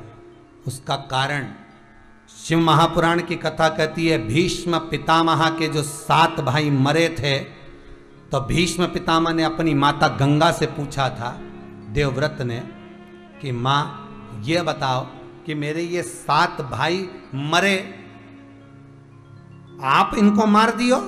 गंगा जी कहती, मैं नहीं मारी हूं, ये वसु हैं, देवलोक से नीचे आए थे, तो इन्होंने प्रार्थना करी थी कि हमको ज्यादा दिन मत रखना, जैसी जन्म ले मां वैसी हमको मार देना, क्योंकि ये संसार सागर में हम नहीं पढ़ना चाहते, हमें वापिस पहुंचा दे उस ब्रह्मलोक में, उस देवलोक। हमको लगता है वो व्यक्ति बहुत अच्छा था, उसको तो जीना था, वो मर गया जल्दी। कारण बगीचे में घूमोगे, जो फूल अच्छा होगा उसी को तो तोड़ोगे। भगवान भी देखता है इस पूरे बगीचे में, पृथ्वी पर कौन सा फूल अच्छा है जो ऊपर लाने पर सुंदरता का भाव दे। गुलदस्ते में कौन सा फूल लगाया जाता है जो फूल अच्छा होगा। अब तुम गुलदस्ते में नीम की डंडी लगा दो, अच्छी लगेगी। करेले का फूल लगा दो, अच्छा लगेगा। कद्दू का फूल लगा दो, अच्छा लगेगा। नहीं, गुलदस्ते में वही फूल अच्छा लगेगा जो सुंदर होगा। भगवान के उस बंगले में, भगवान के उस बैकुंठ में, कैलाश पर, ब्रह्मलोक में जो गुलदस्ते लगे हैं, उस गुलदस्ते में फूल वही लगाया जाता है जो अच्छा हो। भगवान भी उसी को मृत्यु लोक से उठाता है जिसके भीतर सुख परमात्मा के चरणार बिंद का हो। कई लोगों को तो 25 बार गीता जी सुना के नीचे सुला दिया गोबर लीप के, फिर भी डुकरिया नहीं मरे तो का करे सो। पंडित जी से पूछा, हमने तो सब कुछ कर दिया, गंगा जल भी 3-4 बार पिला दिया, निपट ही नहीं रही है, क्या करें। नीचे सुलाते वापिस सांस आ जाती है, और ऊपर पलंग पर जब तक सोती है ऐसा लग रहा कि निपट गई, आंख ही बंद हो गई। हम तो सोचे पूरी चली गई, हमने तुरंत सबके फोन भी लगा दिया, मालूम पड़े जैसे ही नीचे सुलाया 15 मिनट में फिर जाग गई। हमने पूछा, माँ हम तो सोचे थे चली गई, माँ बोली चली नहीं गई थी, सपना देख रही थी। माँ सोचे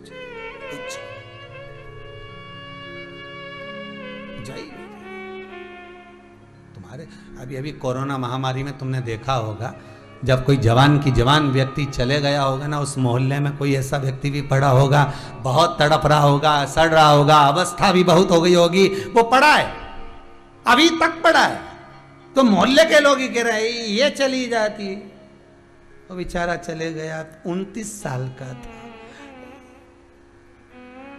ये 92 साल की, शरीर पूरा गल गया, बिस्तर पर गंदगी कर रही है, उसके बाद भी जीवित है, वो बेचारा चले गए। अब इनके कौन समझाए कि मां फूल देखा जाता है बगीचे का।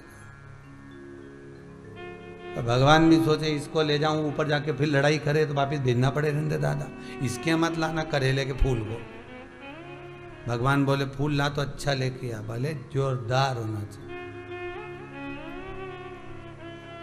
और भगवान से एक प्रार्थना जरूर करना, पलंग पर तड़फा कर, सड़ा कर, भुगता कर मत मारना। भगवान से कहना जब प्राण छूटे तो भजन करती करती, नाम लेती लेती, स्मरण करती करती चली जाऊं, ऐसी कृपा करना। तड़पाना मत, सड़ाना नहीं, पलंग पर मत पटकना।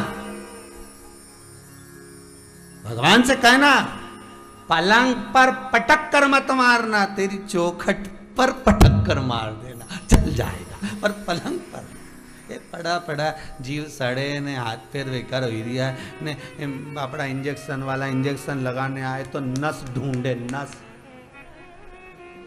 और जम के, तो छोरे से कहा जम के पकड़, जम के पकड़, अम्मा की नस ही नहीं मिले। अब इसकी नस नहीं मिले तो हरी कैसे मिले? विचार तो करो।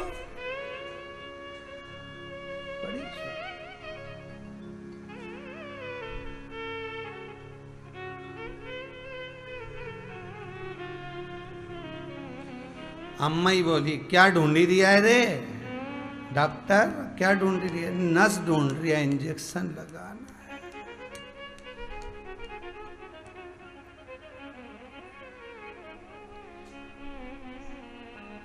सब कुछ ढूंढा है संसार में, पर उसको नहीं ढूंढा जिसको ढूंढना था।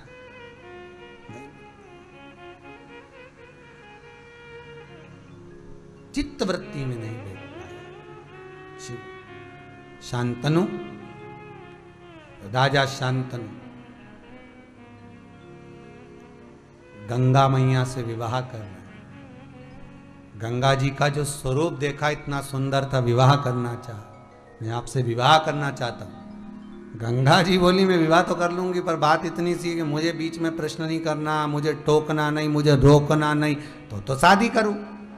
शांतनु ने कहा ठीक है, करो विवाह। 7 पुत्रों को ले जाकर गंगा जी ने पानी में छोड़ दिया। 8वां पुत्र देवव्रत को ले जाकर छोड़ रही थी और शांतनु ने रोक दिया। ये क्या कर रही हो, क्या कर रही हो गंगा, तुम किसको छोड़ रही हो? रहने दो। गंगा ने उसको उठाया, ले जाकर पानी में छोड़ा, कहा महाराज आपसे कहा था कि मुझे रोकना मत, पर आप माने नहीं। आज मुझे अपमान करना पड़ रहा है आपका। जल्दी गंगा वापस जल में समा गई। शांतनु की आंखों में जल भर गया। समय बीत गया।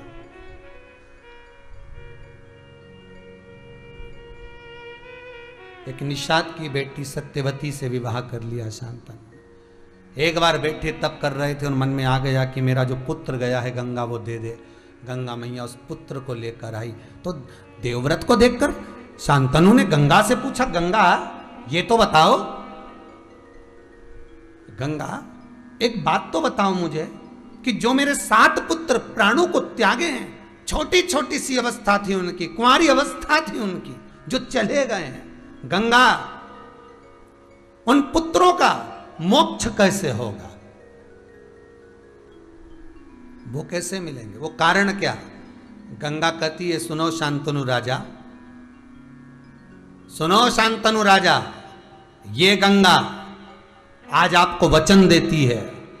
गंगा का जल लोग भरकर जब लेकर जाते हैं, आपको मालूम है राजा शांतनु, वो जल जब घर में प्रवेश करता है, जिस घर के अंदर प्रवेश करता है, उस घर में जो कुंवारी अवस्था में अधोगति में छोटे छोटे बच्चे जो गर्भस्थ मर जाते हैं, गंगा कहती है सबसे पहले उन जीव को, गंगा कहती मैं अपने भीतर उतार लेती हूं और उन जीवों को शिव के चरणों में छोड़ देती हूं। गंगा का जल जब घर में प्रवेश करता है, उस समय पर केवल एक सांसारिक साधारण जीव को नहीं तारता, उस जीव आत्मा को तार देता है जो चला गया, जो कुंवारी अवस्था में चला गया। इसलिए हमारे हिंदू धर्म में नियम है, आज भी महाराज बहुत बहुत ध्यान देना कि कोई आप हरिद्वार घूमने के लिए गए, आप त्रिवेणी दर्शन के लिए गए, आप गंगोत्री गए, आप कहीं गंगा का स्मरण करने के लिए गए हो, आप गौमुख तक पहुंचे हो और गंगा को अगर भरकर लेकर आ रहे हो और अच्छे घूमते समय तुम गंगा को लेकर आए हो, तो वो गंगा जली आप अपने घर में रखो। तुम्हारा मन पड़े तब खोलो, तुम्हारा मन पड़े तब खोलिए, पर किसी के मरने के बाद, किसी के मृत्यु के बाद अगर आप अस्थि विसर्जन करने हरिद्वार गए हो, अस्थि विसर्जन करने के लिए त्रिवेणी गए हो, अस्थि विसर्जन करने के लिए काशी गए हो और वहां से अगर गंगा जल भरकर लेकर आए हो, तो उसको जब आप 12वां 13वां का क्रम करें तो उसी के साथ उसको खोल लीजिए, ज्यादा नहीं रोकना उसको। मृत्यु के पश्चात जो गंगा जल भरकर लाया जाता है उसको तुरंत खोला जाता है। जब आपके यहां यज्ञ हवन हो जाए, सब अच्छे से हो गया, उसके बाद फिर क्यारी कर कर फिर गंगा जल को खोल लेना, पर ज्यादा उसको रखा नहीं जाता। जो मृत्यु में भरकर लाया गया गंगा जल है, मृत्यु के समय पर जब जीव को हम छोड़ कर आए, अंतिम संस्कार करने के बाद जो अस्थियों का विसर्जन कर कर हम गंगा जल लेकर आए, उसको तुरंत खोलना है और तुरंत उसका वितरण होना। उसको बहुत समय नहीं रखना। कहते हैं फिर वो गंगा जल जो मृत्यु के समय पर भर कर लाया गया है, अस्थि विसर्जन के समय पर भर कर लाया गया है, वो गंगा जल घर के अंदर रखा रहता है। तो गंगा छटपटाती है, कहती है मुझे उस जीव के कल्याण के लिए बाहर निकालो, पर हम उसको भर कर रखे रहते हैं, पर उसको तुरंत खोलकर निकालकर वितरण कर दिया जाता वो गंगा। आप ऐसे घूमने जाओ, खूब प्रेम से गंगा जल लाओ, खूब आनंद से लाओ। अस्थि विसर्जन करने जाओ तो भी गंगा जल लाओ, मना नहीं है, पर उस गंगा और उस गंगा का आनंद वही है, उसका स्मरण वही।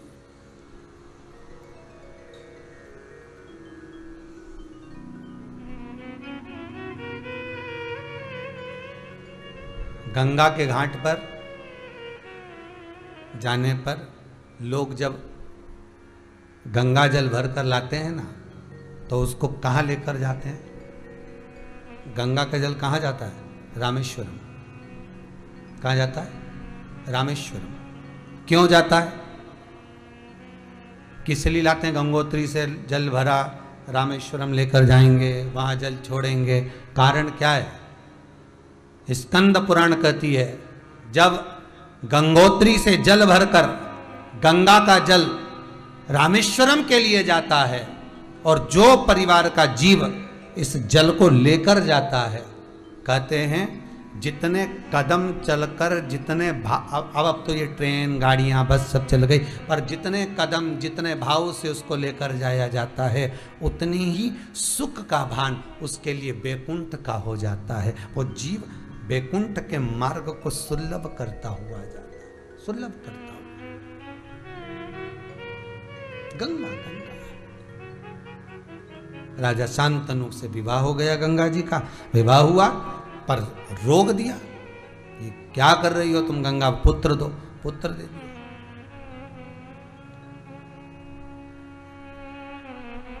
गंगा मैया का जो पुत्र थे देवव्रत भीष्म पितामह, उन्होंने एक संकल्प लिया था। जब राजा शांतनु कमजोर हो गए, दुर्बल हो गए, पलंग पर पड़ गए, पूछा पिताजी आपकी ये दशा क्यों है? कहा मैं सत्यवती को स्मरण करना चाहता हूं, विवाह करना चाहता हूं। पर उसके पिता कहते हैं कि सत्ता पर सबसे पहले सत्यवती का जो पुत्र होगा वो बैठेगा, पर मैंने वचन तुझे दिया है देवव्रत कि सत्ता पर तू बैठेगा। देवव्रत सत्यवती के यहां पहुंच गए, माता मेरे पिता से विवाह कर लीजिए, मैं वचन देता हूं आपके द्वारा जो संतान होगी वो सत्ता पर बैठेगी, सिंहासन पर बैठेगी। तो निषाद ने विचार करा, और ये विचार कर कर गंगा जी के जल पर जाकर पूछा, गंगा मैया ये तो बताओ कि मेरी बेटी से विवाह करवाने के लिए पुत्र आया है, और वो पुत्र संकल्प करता है कि सत्यवती का पुत्र सिंहासन पर बैठेगा, मैं नहीं, प्रतिज्ञा कर ली। तो भीष्म पितामह कहलाने लगे। इस प्रतिज्ञा को कराने वाला कौन है? तो कहा, गंगा जी कहती हैं सुनो निषाद, इस प्रतिज्ञा को कराने वाला मैं हूं। आज भी नियम है महाराज जी, पहले के समय में ये अदालत वदालत नहीं होती थी, पहले के समय में पंचायत नहीं होती थी, पहले के समय में ये सब निर्णय नहीं लिए जाते थे। पहले के समय में केवल एक निर्णय चलता था, उठा गंगा का जल और शंकर जी के मंदिर में चल और बोल दे तूने ऐसा नहीं करा। अर्थात गंगा का जल, शंकर का मंदिर, शिव का द्वारा एक प्रतिज्ञा का स्थान बनना हुआ था, क्योंकि शिव को सत्य प्रिय है, शंकर को असत्य नहीं, और गंगा को प्रतिज्ञा प्रिय है। गंगा को प्रतिज्ञा प्रिय है, शिव को सत्य प्रिय है। कथा में आता है जब ब्रह्मदेव शंकर भगवान के शिवलिंग का शीश देखने के लिए गए, भगवान चरण देखने के लिए गए, शीश नहीं मिला, गाय को लिया है, केतकी के पुष्प को लिया है, और उससे पूछवाते हैं कि बताओ भगवान विष्णु के सामने शीश मिला कि नहीं मिला। गाय ने झूठ बोल दिया, केतकी के फूल ने झूठ बोल दिया, बचा कुचा था तो ब्रह्मा ने झूठ बोल दिया। शिव को क्रोध आ गया, उनने पांव का अंगूठे का नख तोड़ा, काल भैरव को प्रकट कर लिया। काल भैरव से कहा काट सिर इस ब्रह्मा का, क्योंकि झूठ बोल रहा है। असत्य बोलने वाले का सिर काट दे। और काल भैरव ने अपनी चीटी उंगली के नख को तोड़कर ब्रह्मा जी का सिर काट दिया, क्योंकि झूठ बोल रहे थे वो, असत्य। शिव को सत्य प्रिय, इसलिए 3 रेखाएं शंकर के मस्तक पर, सत्यम शिवम सुंदरम। सत्य होगा तो शिव मिलेगा, शिव मिल गया तो जीवन सुंदर हो जाएगा, फिर कहीं जाने की जरूरत नहीं पड़ेगी। सत्यमय जियो, शिव प्राप्त हो जाएगा। सत्यमय जियो।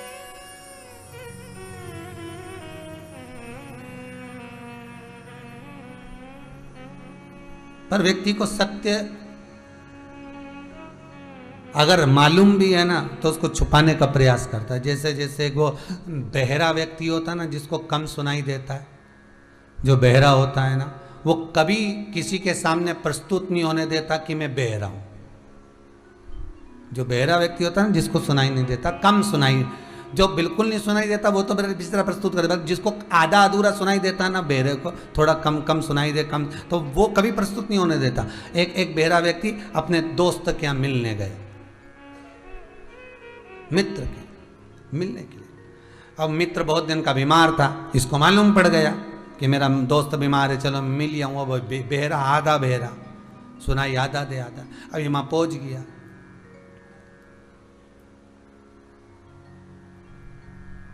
अब इसने जाते से ही पूछा, कैसे हो? अच्छा, जो आधे बहरे होते हैं ना, वो समझते हैं दुनिया भी बहरी है, तो वो थोड़ा चिल्ला के ही बोलते हैं, अच्छी दमदार, कैसे हो?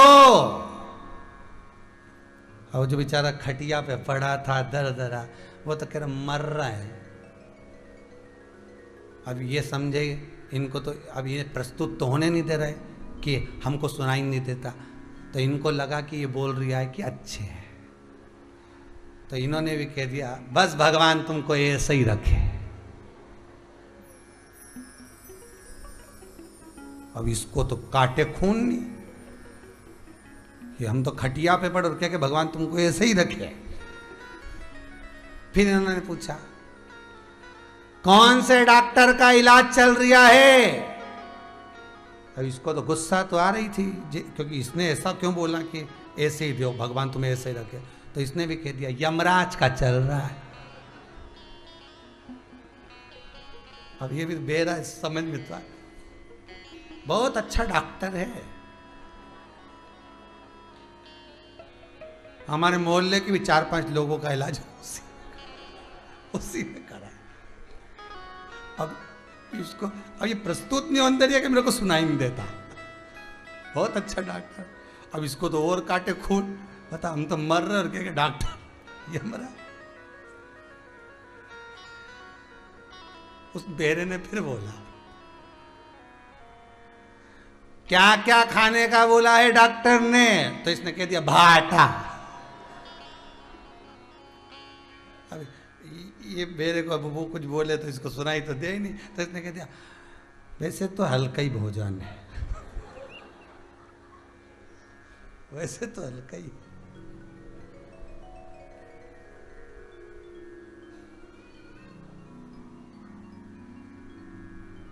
अब उसका मन हुआ अब जाए, तो उसने जाऊं, तो जो बीमार खटिया पे पड़ा था उसने कहा राम राम, जाओ। अच्छा तुम बोल रहे हो तो और थोड़ा रुक जाता हूं। उसके तो निपटा के ही जाएगा, प्रस्तुत नहीं होने देता कि हम बेरे हैं, प्रस्तुति नहीं। अब सत्य मालूम होने के बाद भी प्रस्तुत नहीं किया जाता कि ये सत्य है। ब्रह्मा जी प्रकट नहीं कर पाए कि ये सत्य है। ब्रह्मा जी बोल रहे हैं कि मैंने तो शीश देखा है, गौ माता कर रही है शीश देखा है, वो गाय कर रही है शीश देखा है, केतकी का पुष्प बोल रहा है शीश देखा है। बस असत्य बोलते गए, सत्य बोलते गए। शिव को असत्य प्रिय, गंगा को प्रतिज्ञा प्रिय है, शिव को सत्य प्रिय है। प्रियता है तो आप अपनी अपनी प्रियता रहती है, आपको क्या प्रिय है ये तो आप जान सकते हो भाई। आपको क्या लोग कहते हैं ना सब, कई कई लोग कहते हैं कि भाई आप पधारे हो तो क्या लोगे, चाय लाऊं कि ठंडा लाऊं, तो मेहमान के दे दोनों लिया। तो फिर ये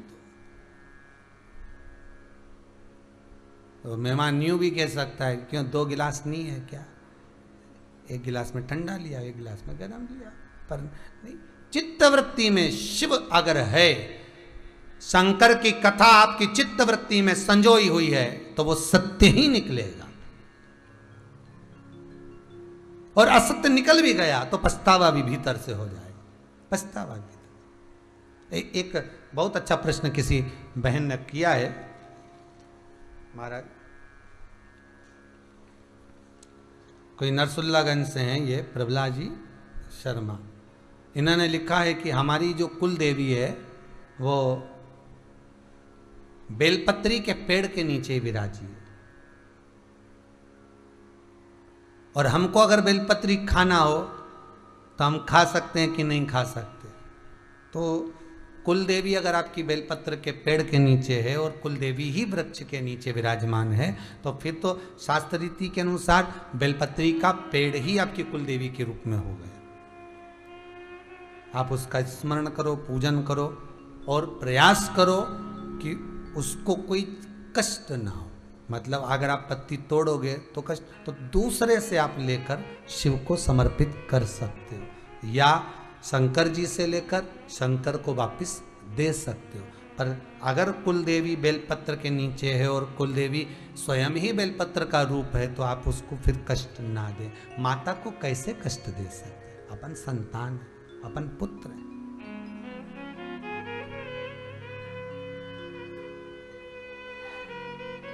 उसका सम्मान हो, उसका आदर हो, सत्कार हो।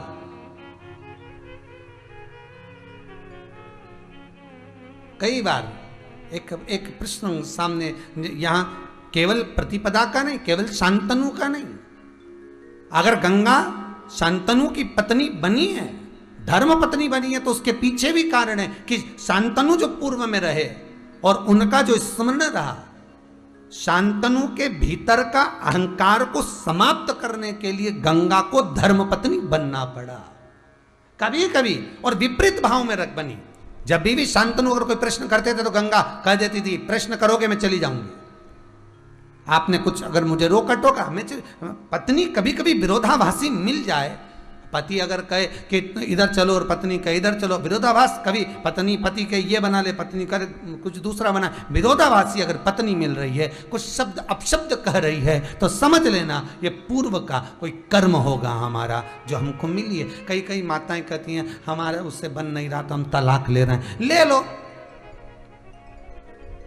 उस व्यक्ति से हमारा नहीं बन रहा, हम उससे तलाक ले रहे हैं। कभी कभी पति कह देता है हमें हमारा उससे नहीं बन रहा, हम उससे तलाक ले लो, और फिर विचार करते हैं कि हम दूसरी शादी कर लेंगे। तो तुम्हारी किस्मत में जब ये सुख नहीं लिखा है तो वो सुख दे सकता है क्या? विचार करिएगा थोड़ा सा।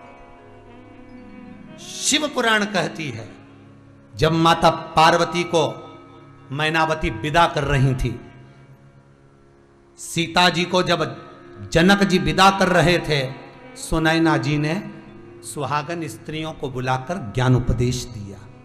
यहां तक भी जाने दो, तुम तो रामचरितमानस की एक बहुत विचित्र कड़ी है कि कई माता जब राम जी को वन भेजी तो रामचरितमानस में चौपाइयां लिखी गई हैं कि गांव की, अयोध्या की विद्वानों की पत्नियों को बुलाकर, ब्राह्मणों की पत्नियों को बुलाकर, ऋषियों की पत्नियों को बुलाकर कैकेयी को ज्ञान उपदेश दिया गया, समझाया। बेटी जब विदा होती है, बेटी जब विदा होती, माता पार्वती जब विदा हो रही थी तो मैनावती उनको ज्ञान उपदेश दे रही थी। सीता जी जब विदा हो रही थी तो सुनैना जी ज्ञान उपदेश दे रही थी। सती जब विदा हो रही थी तो प्रसूति ज्ञान उपदेश दे रही थी।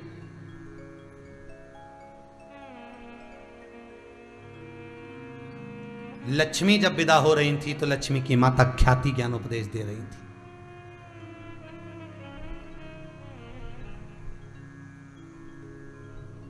उपदेश, क्या उपदेश दिया था माता पार्वती को विदाई के समय पर? मैनावती ने कहा था, सुनो पार्वती, विवाह, संबंध, शादी केवल एक खेल नहीं है पार्वती, केवल एक खेल नहीं है पार्वती।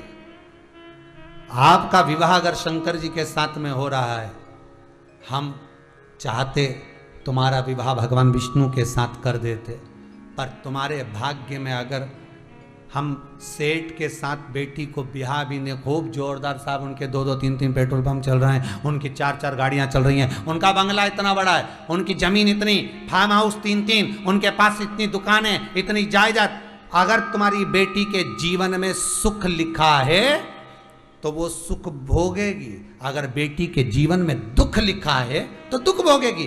बंगला, पेट्रोल पंप, गाड़ी, सब कुछ देखकर बेटी ब्याह भी दी, और मालूम पड़े 4-6 साल में, 8 साल में सब डब्बा गोल हो जाए, शेयर मार्केट में छोरे लगाए, बच्चे लगाए, पति लगाया, ये लगाया, सब बर्बाद कर दिया, तो बेटी को सुख क्या मिला? और मालूम पड़े किसी गरीब के साथ में ब्याह दिया और बेटी के किस्मत में, भाग्य में अगर सुख लिखा है तो झोपड़े से भी महल में ले जाकर छोड़ देती है, और अगर सुख नहीं तो महल से झोपड़े में आकर विराजमान। सुख भी तो देखो,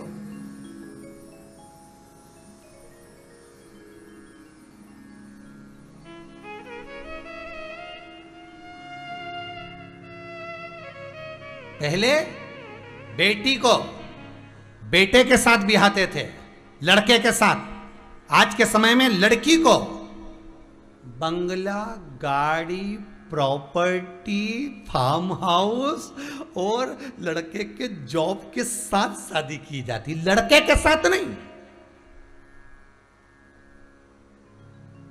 जॉब क्या करता है, पैकेज कितना है, गाड़ी कितनी है, मकान कहां पर है, कितने प्लाट पड़े हैं, कितने फार्म हाउस हैं। लड़के के साथ भी आ रहे हो कि इसके साथ भी आ रहे हो? और लड़की ने पूछ भी लिया, पहली बार जब मिली तो पूछा, क्यों, कितनी कमाई तुम्हारी, अच्छा क्या करते हो? मम्मी को दे देता हूं। कभी तो थी उमा देवी, अब बन गई कात्यायनी, कुछ ही क्षण में। मम्मी को इतना पैसा, मम्मी को देकर क्या करोगे? मम्मी क्या करती रहती? मम्मी के पास तो वैसे आता रहता है, इतना पैसा आता ही होगा, क्या करती होगी मम्मी?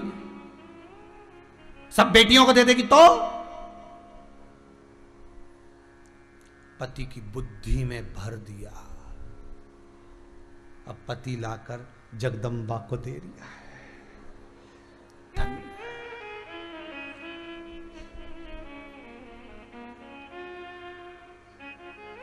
पतियों को तो स्तुति करना भी नहीं आती, नहीं तो स्तुति भी कर सकते हैं। चंद्र घंटा कुष्मांडा स्कंदा तुम्हारी जय हो, पहली तनख्वाह लाया हूं तुम्हारे चरणों में समर्पित हो।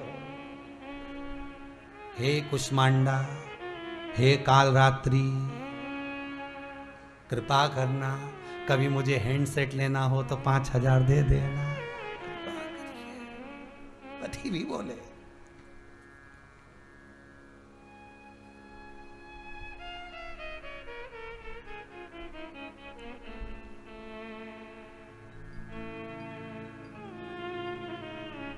अरे एक साधारण सी बात ही ले लो भाई, सब्जी में दम नहीं होती तो पति क्या मंगवाता है?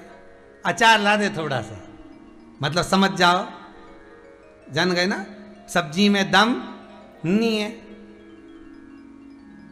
केवल सब्जी में दम नहीं है, पति में भी दम नहीं है ये बोलने की कि सब्जी में दम नहीं है। बोल के बता दे कि सब्जी में दम नहीं है, फिर वो दम निकाल दे थारी, फिर देख। पार्वती मैया को जब विदा किया, मां जगत जननी जब जा रही है, माता मैनावती संतों की पत्नी, ऋषियों की पत्नी, गुरुजन की पत्नियों को बुलाकर, धर्म पत्नियों को बुलाकर कहती हैं, ब्रह्माणियों मेरी बेटी को ज्ञान उपदेश दीजिए। और वो ज्ञान उपदेश कौन सा था? वो ज्ञान उपदेश कौन सा था? बस एक ज्ञान उपदेश था कि जीवन में इस ललाट पर सुख लिखा होगा, दुख लिखा होगा, भोगना तो पड़ेगा। फिर वही बात आ गई कि कर्म का भोग तो भोगना है। फिर वही बात है, किसी से मत डरो, भगवान से नहीं डरना मत डरो, वेद और पुराण से नहीं डरना मत डरो, धर्म और शास्त्रों से नहीं डरना मत डरो, ब्राह्मणों से गुरुजन से नहीं डरना मत डरो, बड़ों से नहीं डरना मत डरो, घर के बुजुर्गों से नहीं डरना मत डरो। पर शिव पुराण कहती है अपने कर्म से जरूर डरना, क्योंकि कर्म का भोग तो परमात्मा को भी भोगना पड़ता है। तो अपन क्या लगते हैं, भोगना तो पड़ेगा, जो लिखा कर लाए हो उसे भोगना है। अगर महल में दे भी दिया, झोपड़े में आ गए तो क्या भरोसा, और झोपड़े में दे दिया और महल बन गया तो क्या भरोसा। जीवन का कोई ठिकाना नहीं, क्या भरोसा।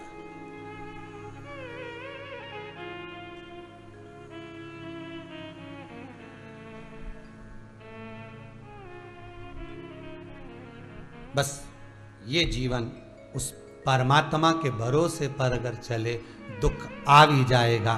पार्वती जी कहती हैं, ब्राह्मणियों के चरणों को नमन कर कर हे सुहागनों, हे सौभाग्यवती नारियों, हे सुहागिनों। हमारे यहां पर विवाह में सुहागिनें करी जाती हैं, सुहागनों को भोजन कराया जाता है। या तो विवाह के पहले भी करा देते, विवाह के बाद भी करा देते, कोई अच्छा कार्य होता है तो सुहागनों को बुलाए। क्यों क्यों कहते हैं कि हमारे यहाँ सुहागनों जिम रही हैं, आज हमारे यहाँ सौभाग्यवती माताएं जिम रही हैं, आज हमारे यहाँ सुहागिनों का भोजन है। सही, कई माताएं करती हैं, बड़ा महीना देखकर सुहागिनों को भोजन कराती है, 12, 13, 14, 15 सुहागिनों का। क्यों कहती है कि सुहागिनों का उस सुहागिनों का भोजन नहीं होता, ये सुहागिनों को इसलिए बुलाया जाता है कि घर की बहुओं को, घर की बेटियों को, घर की पुत्रियों को ये माताएं आए और आकर कुछ ज्ञान उपदेश देकर जाएं। पर क्या करें, ये आती तो हैं,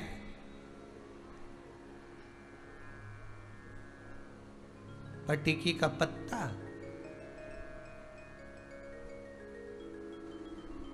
वो डब्बा भरने की लाली, पेंसिल और 1-2 सामान और दे दिया जाता है, और ये बढ़िया खा पी के और सुहागिन का भोजन करके चली जा। पर एक बार बहू से नी के बेटा मर्यादा में रहना, सम्मान करना, बहुत अच्छी सासू, बहुत अच्छा बेटा, भोजन अच्छा बना, खूब जोरदार बना, सुहागिनों का तुमने सम्मान करा, तुम्हारा भी सौभाग्य भगवान ऐसे अमर करे।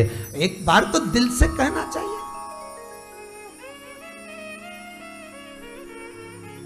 दिल से।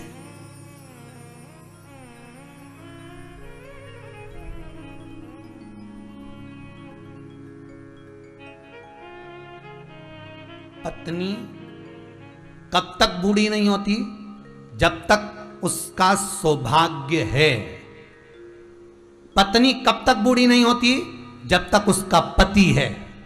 पत्नी कब तक बूढ़ी नहीं होती, जब तक उसकी मांग में सिंदूर है। पत्नी कब तक बूढ़ी नहीं होती, जब तक उसके मस्तक पर बिंदी है। पत्नी कब तक बूढ़ी नहीं होती, जब तक उसके गले में मंगलसूत्र है। पत्नी कब तक बूढ़ी नहीं होती, जब तक उसके पांव में बिछुड़ी है। पत्नी कब तक बूढ़ी नहीं होती, जब तक उसके पांव में पायल है। पत्नी कब तक बूढ़ी नहीं होती, जब तक उसके होठों पर लाली है। अर्थात सौभाग्य की सूचक वस्तुएं हैं। पति अगर है तो पत्नी कभी बूढ़ी नहीं होती। पत्नी बूढ़ी कब होती है, जब पति चले जाता है। पति कब बूढ़ा होता है, जब पत्नी चली जाती है। पति भी बूढ़ा नहीं होता जब तक पत्नी है। वो कहती रहती है, जाओ जरा बाजार से सब्जी ले आओ, तो क्या 2 कदम नहीं चल सकते। मतलब पत्नी पति को यह बल देती है कि तुम अभी जवान हो, भले तुम्हारी 80 साल की उम्र हो गई, तुम सब्जी मंडी तक जा सकते हो, दूध की थैली ला सकते हो, अभी तुम बूढ़े नहीं हुए।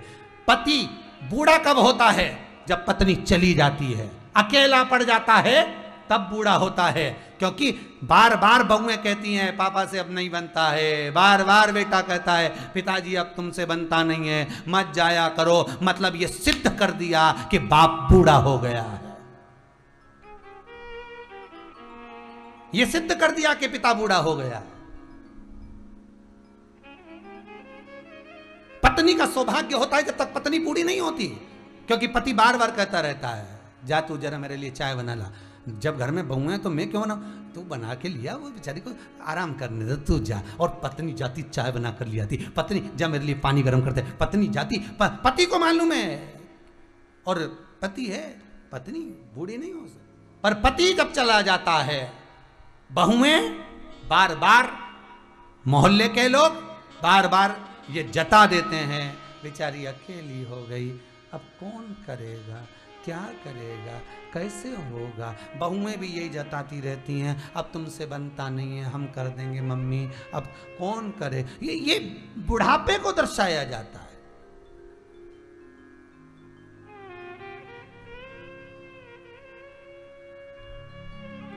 पर शिव महापुराण की कथा में चंचुला देवी बेधव्य थी। चंचुला देवी विधवा थी, बेधव्य, जिसका पति बिंदुक मर चुका है, प्रेत की योनि में पड़ चुका है। शिव महापुराण की कथा करें, प्रेत योनि में पड़ा हुआ है पति बिंदुक। मांग में सिंदूर नहीं है चंचुला के, सिर पर बिंदी नहीं है चंचुला के, गले में मंगलसूत्र नहीं है चंचुला के, पांव में बिछुड़ी नहीं है चंचुला के, पांव में पायल नहीं चंचुला के, होठों पर लाली नहीं चंचुला के। केवल एक शब्द, केवल एक संबोधन शिव महापुराण का चंचुला ने काशी में सुना था, विद्धेश्वर संहिता का। चंचुला ने सुना था, अगर नारी और पुरुष दो में से कोई एक चला भी गया और वो शंकर को, शिव को जब अपना बना लेते हैं तो वो बेधव्य नहीं कहलाती।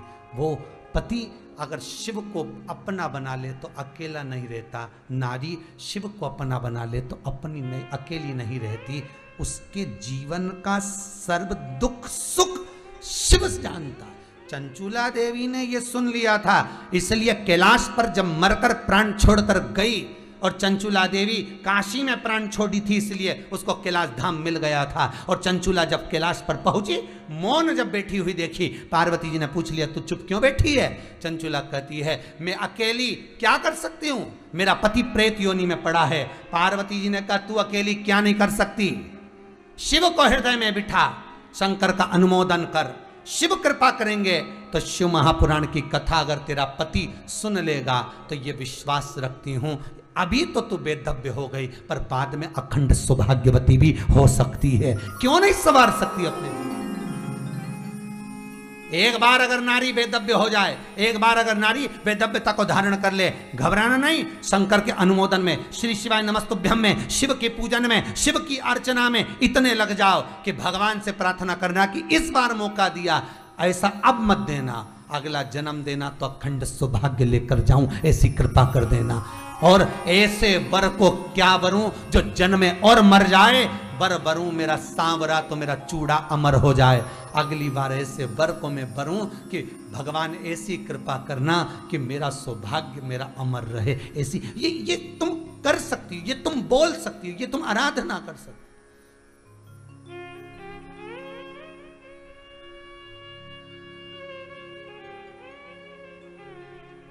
दुनिया का एक व्रत है, दुनिया का एक व्रत है जो नारी का पति नहीं रहता उसके बाद भी करना पड़ता है और पूजन भी करना पड़ती, साधना भी पड़ता है। दुनिया का एक व्रत है और वो है हरतालिका तीज का व्रत। कौन सा व्रत है?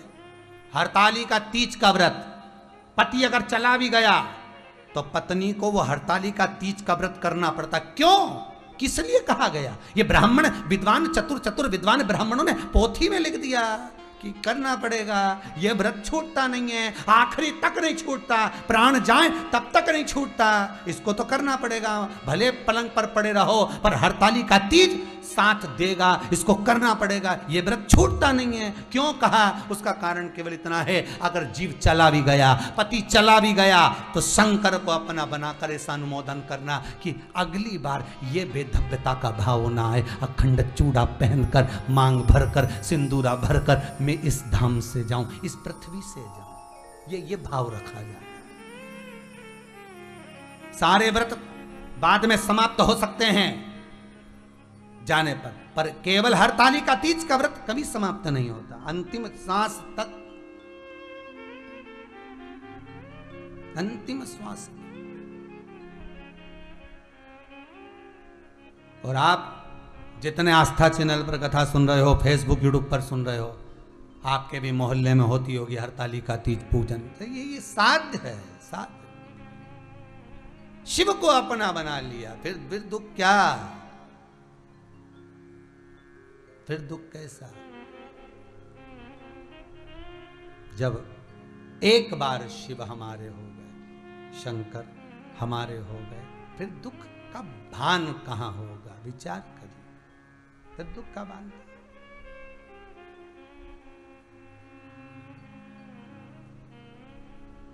भागीरथ बाबा 2 बार तप करे।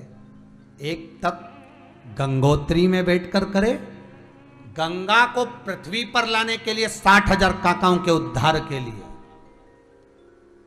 गंगा लाना, और गंगा ने कह दिया मैं आ भी जाऊंगी। कहां जाऊंगी? शिव जी की जटा में बैठ जा। गंगा शंकर की जटा में जाकर बैठ गई। अब जटा में से शिव जी बाहर नहीं निकाले तो फिर तप करने के लिए भागीरथ जी बैठे। कहां बैठे थे? केदार ताल में। कहां बैठे हैं? केदार ताल में।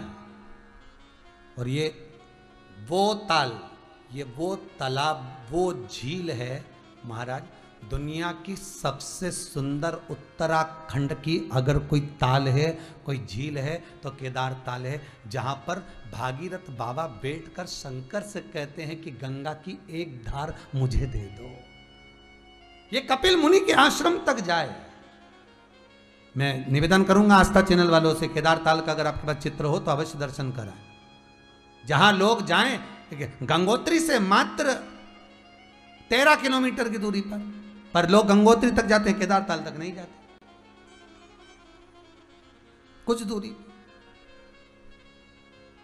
बड़ा सुंदर, जहां गंगा की प्रथम धार का भाव व्यक्त किया। एक धार गौमुख से प्रगटी तो शंकर भगवान स्वयं भागीरथ बाबा से कहते हैं क्या चाहते हो? बस वो गंगा, वो गंगा। एक गंगा गंगोत्री से निकल रही है तो दूसरी है केदार गंगा। कौन सी गंगा है? केदार गंगा, जो केदार ताल से निकल कर आगे पहुंच कर इसी गंगा में जाकर मिल जाती है। स्मरण,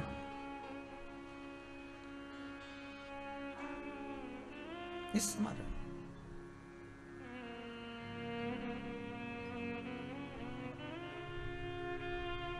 जिस व्यक्ति को बहुत सर्दी होती हो ना, खांसी बहुत होती हो, सर्दी बहुत होती हो, बच्चे को, छोटे को, कोई दवाई औषधि दो ना दो, एक बार केदार ताल का जल भर कर लिया, गंगा जल, केदार गंगा, उसको नाम अगर आप यूट्यूब फेसबुक पर सर्च करेंगे तो केदार गंगा के नाम से मिलेगा, केदार ताल। उसका जल शीशी में भर कर लिया, वही जल 2-3 दिन दे दो, कोई दवाई देने की जरूरत ही नहीं, सर्दी खांसी जुकाम सब बंद।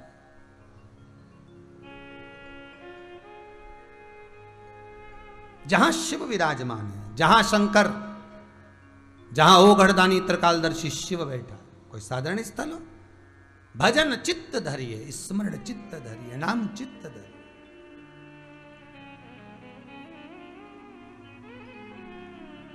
और जब भागीरथ जी महाराज ने तप साधना करी, सामने शिव आकर जब खड़े हो गए, शंकर ने पूछा क्या चाहते हो? भागीरथ जी बोले जो गंगा जी आपने सिर पे रख ली वो तो पूरी बांध के रख ली, उसको थोड़ा बहुत तो छोड़िए, थोड़ा बहुत तो छोड़िए। आपसे भी निवेदन है, गंगा का जल केवल घर में लाकर रखने का नहीं, गंगा का जल का प्रयोग कर कर देखिए,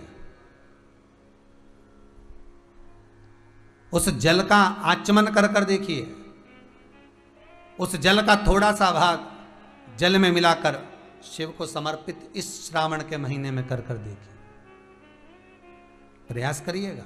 और आपसे भी निवेदन है, आपके पास में अगर गंगा का जल है तो जो 6 अगस्त को श्रावणी शिवरात्रि अपन मना रहे हैं। पूरी भारत की भूमि पर, विश्व में सब शाम को 7 बजे से 8 बजे तक जो अभिषेक कर रहे हो, पूजन कर रहे हो शंकर जी का। आपको कल भी कहा था कि हर हर महादेव, घर घर महादेव। प्रत्येक घर घर में जो शंकर विराजेगा, श्रावण के महीने का जो सुख मिलेगा, घर घर में शिवलिंग का निर्माण कर कर जो पूजन हो, उसमें अगर आपके घर में थोड़ा सा गंगा जल भी हो तो वो भी शंकर को इस श्रावण के महीने में चढ़ाकर शिव को अपना कर लीजिए और आप शिव के हो जाइए। आप शिव को अपना कर लो और शिव के आप हो जाइए।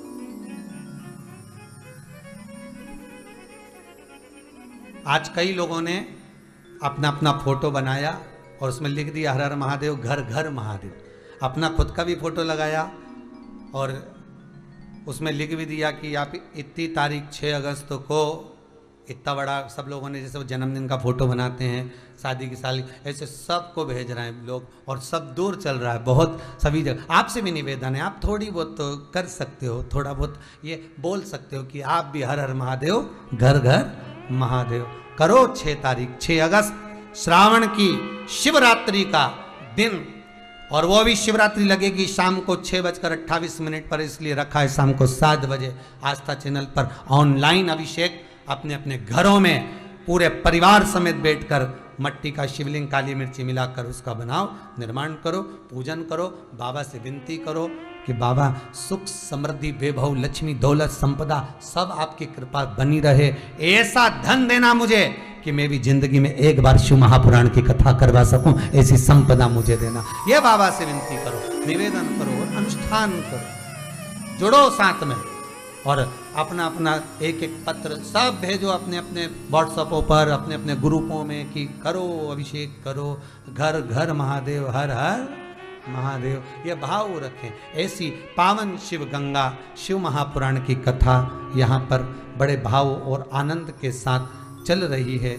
बड़े धन्य भागी हैं श्री सोनम जी, विजय जी, बोड़े परिवार, और जिन्होंने छिंदवाड़ा से बड़े भाव से इस पावन कथा का रसास्वादन हम सबको करा रहे हैं। गंगा शिव पुराण का बता रहे थे विजय भैया कि गुरुदेव ऐसी कृपा हुई, कल से कथा चालू हुई, पूरे छिंदवाड़ा जिले में कहीं पानी नहीं था, पर कल से कथा प्रारंभ हुई तो छिंदवाड़ा में ऐसी जलवृष्टि हो रही है कि महादेव ने कृपा कर दी, नहीं तो पूरी फसल सूखने की कतार पर आ गई थी। तो हम तो कहेंगे कि बाबा जैसे खूब कृपा बरसाए, खूब करुणा बरसाए, ऐसी कृपा बाबा की बनी रहे।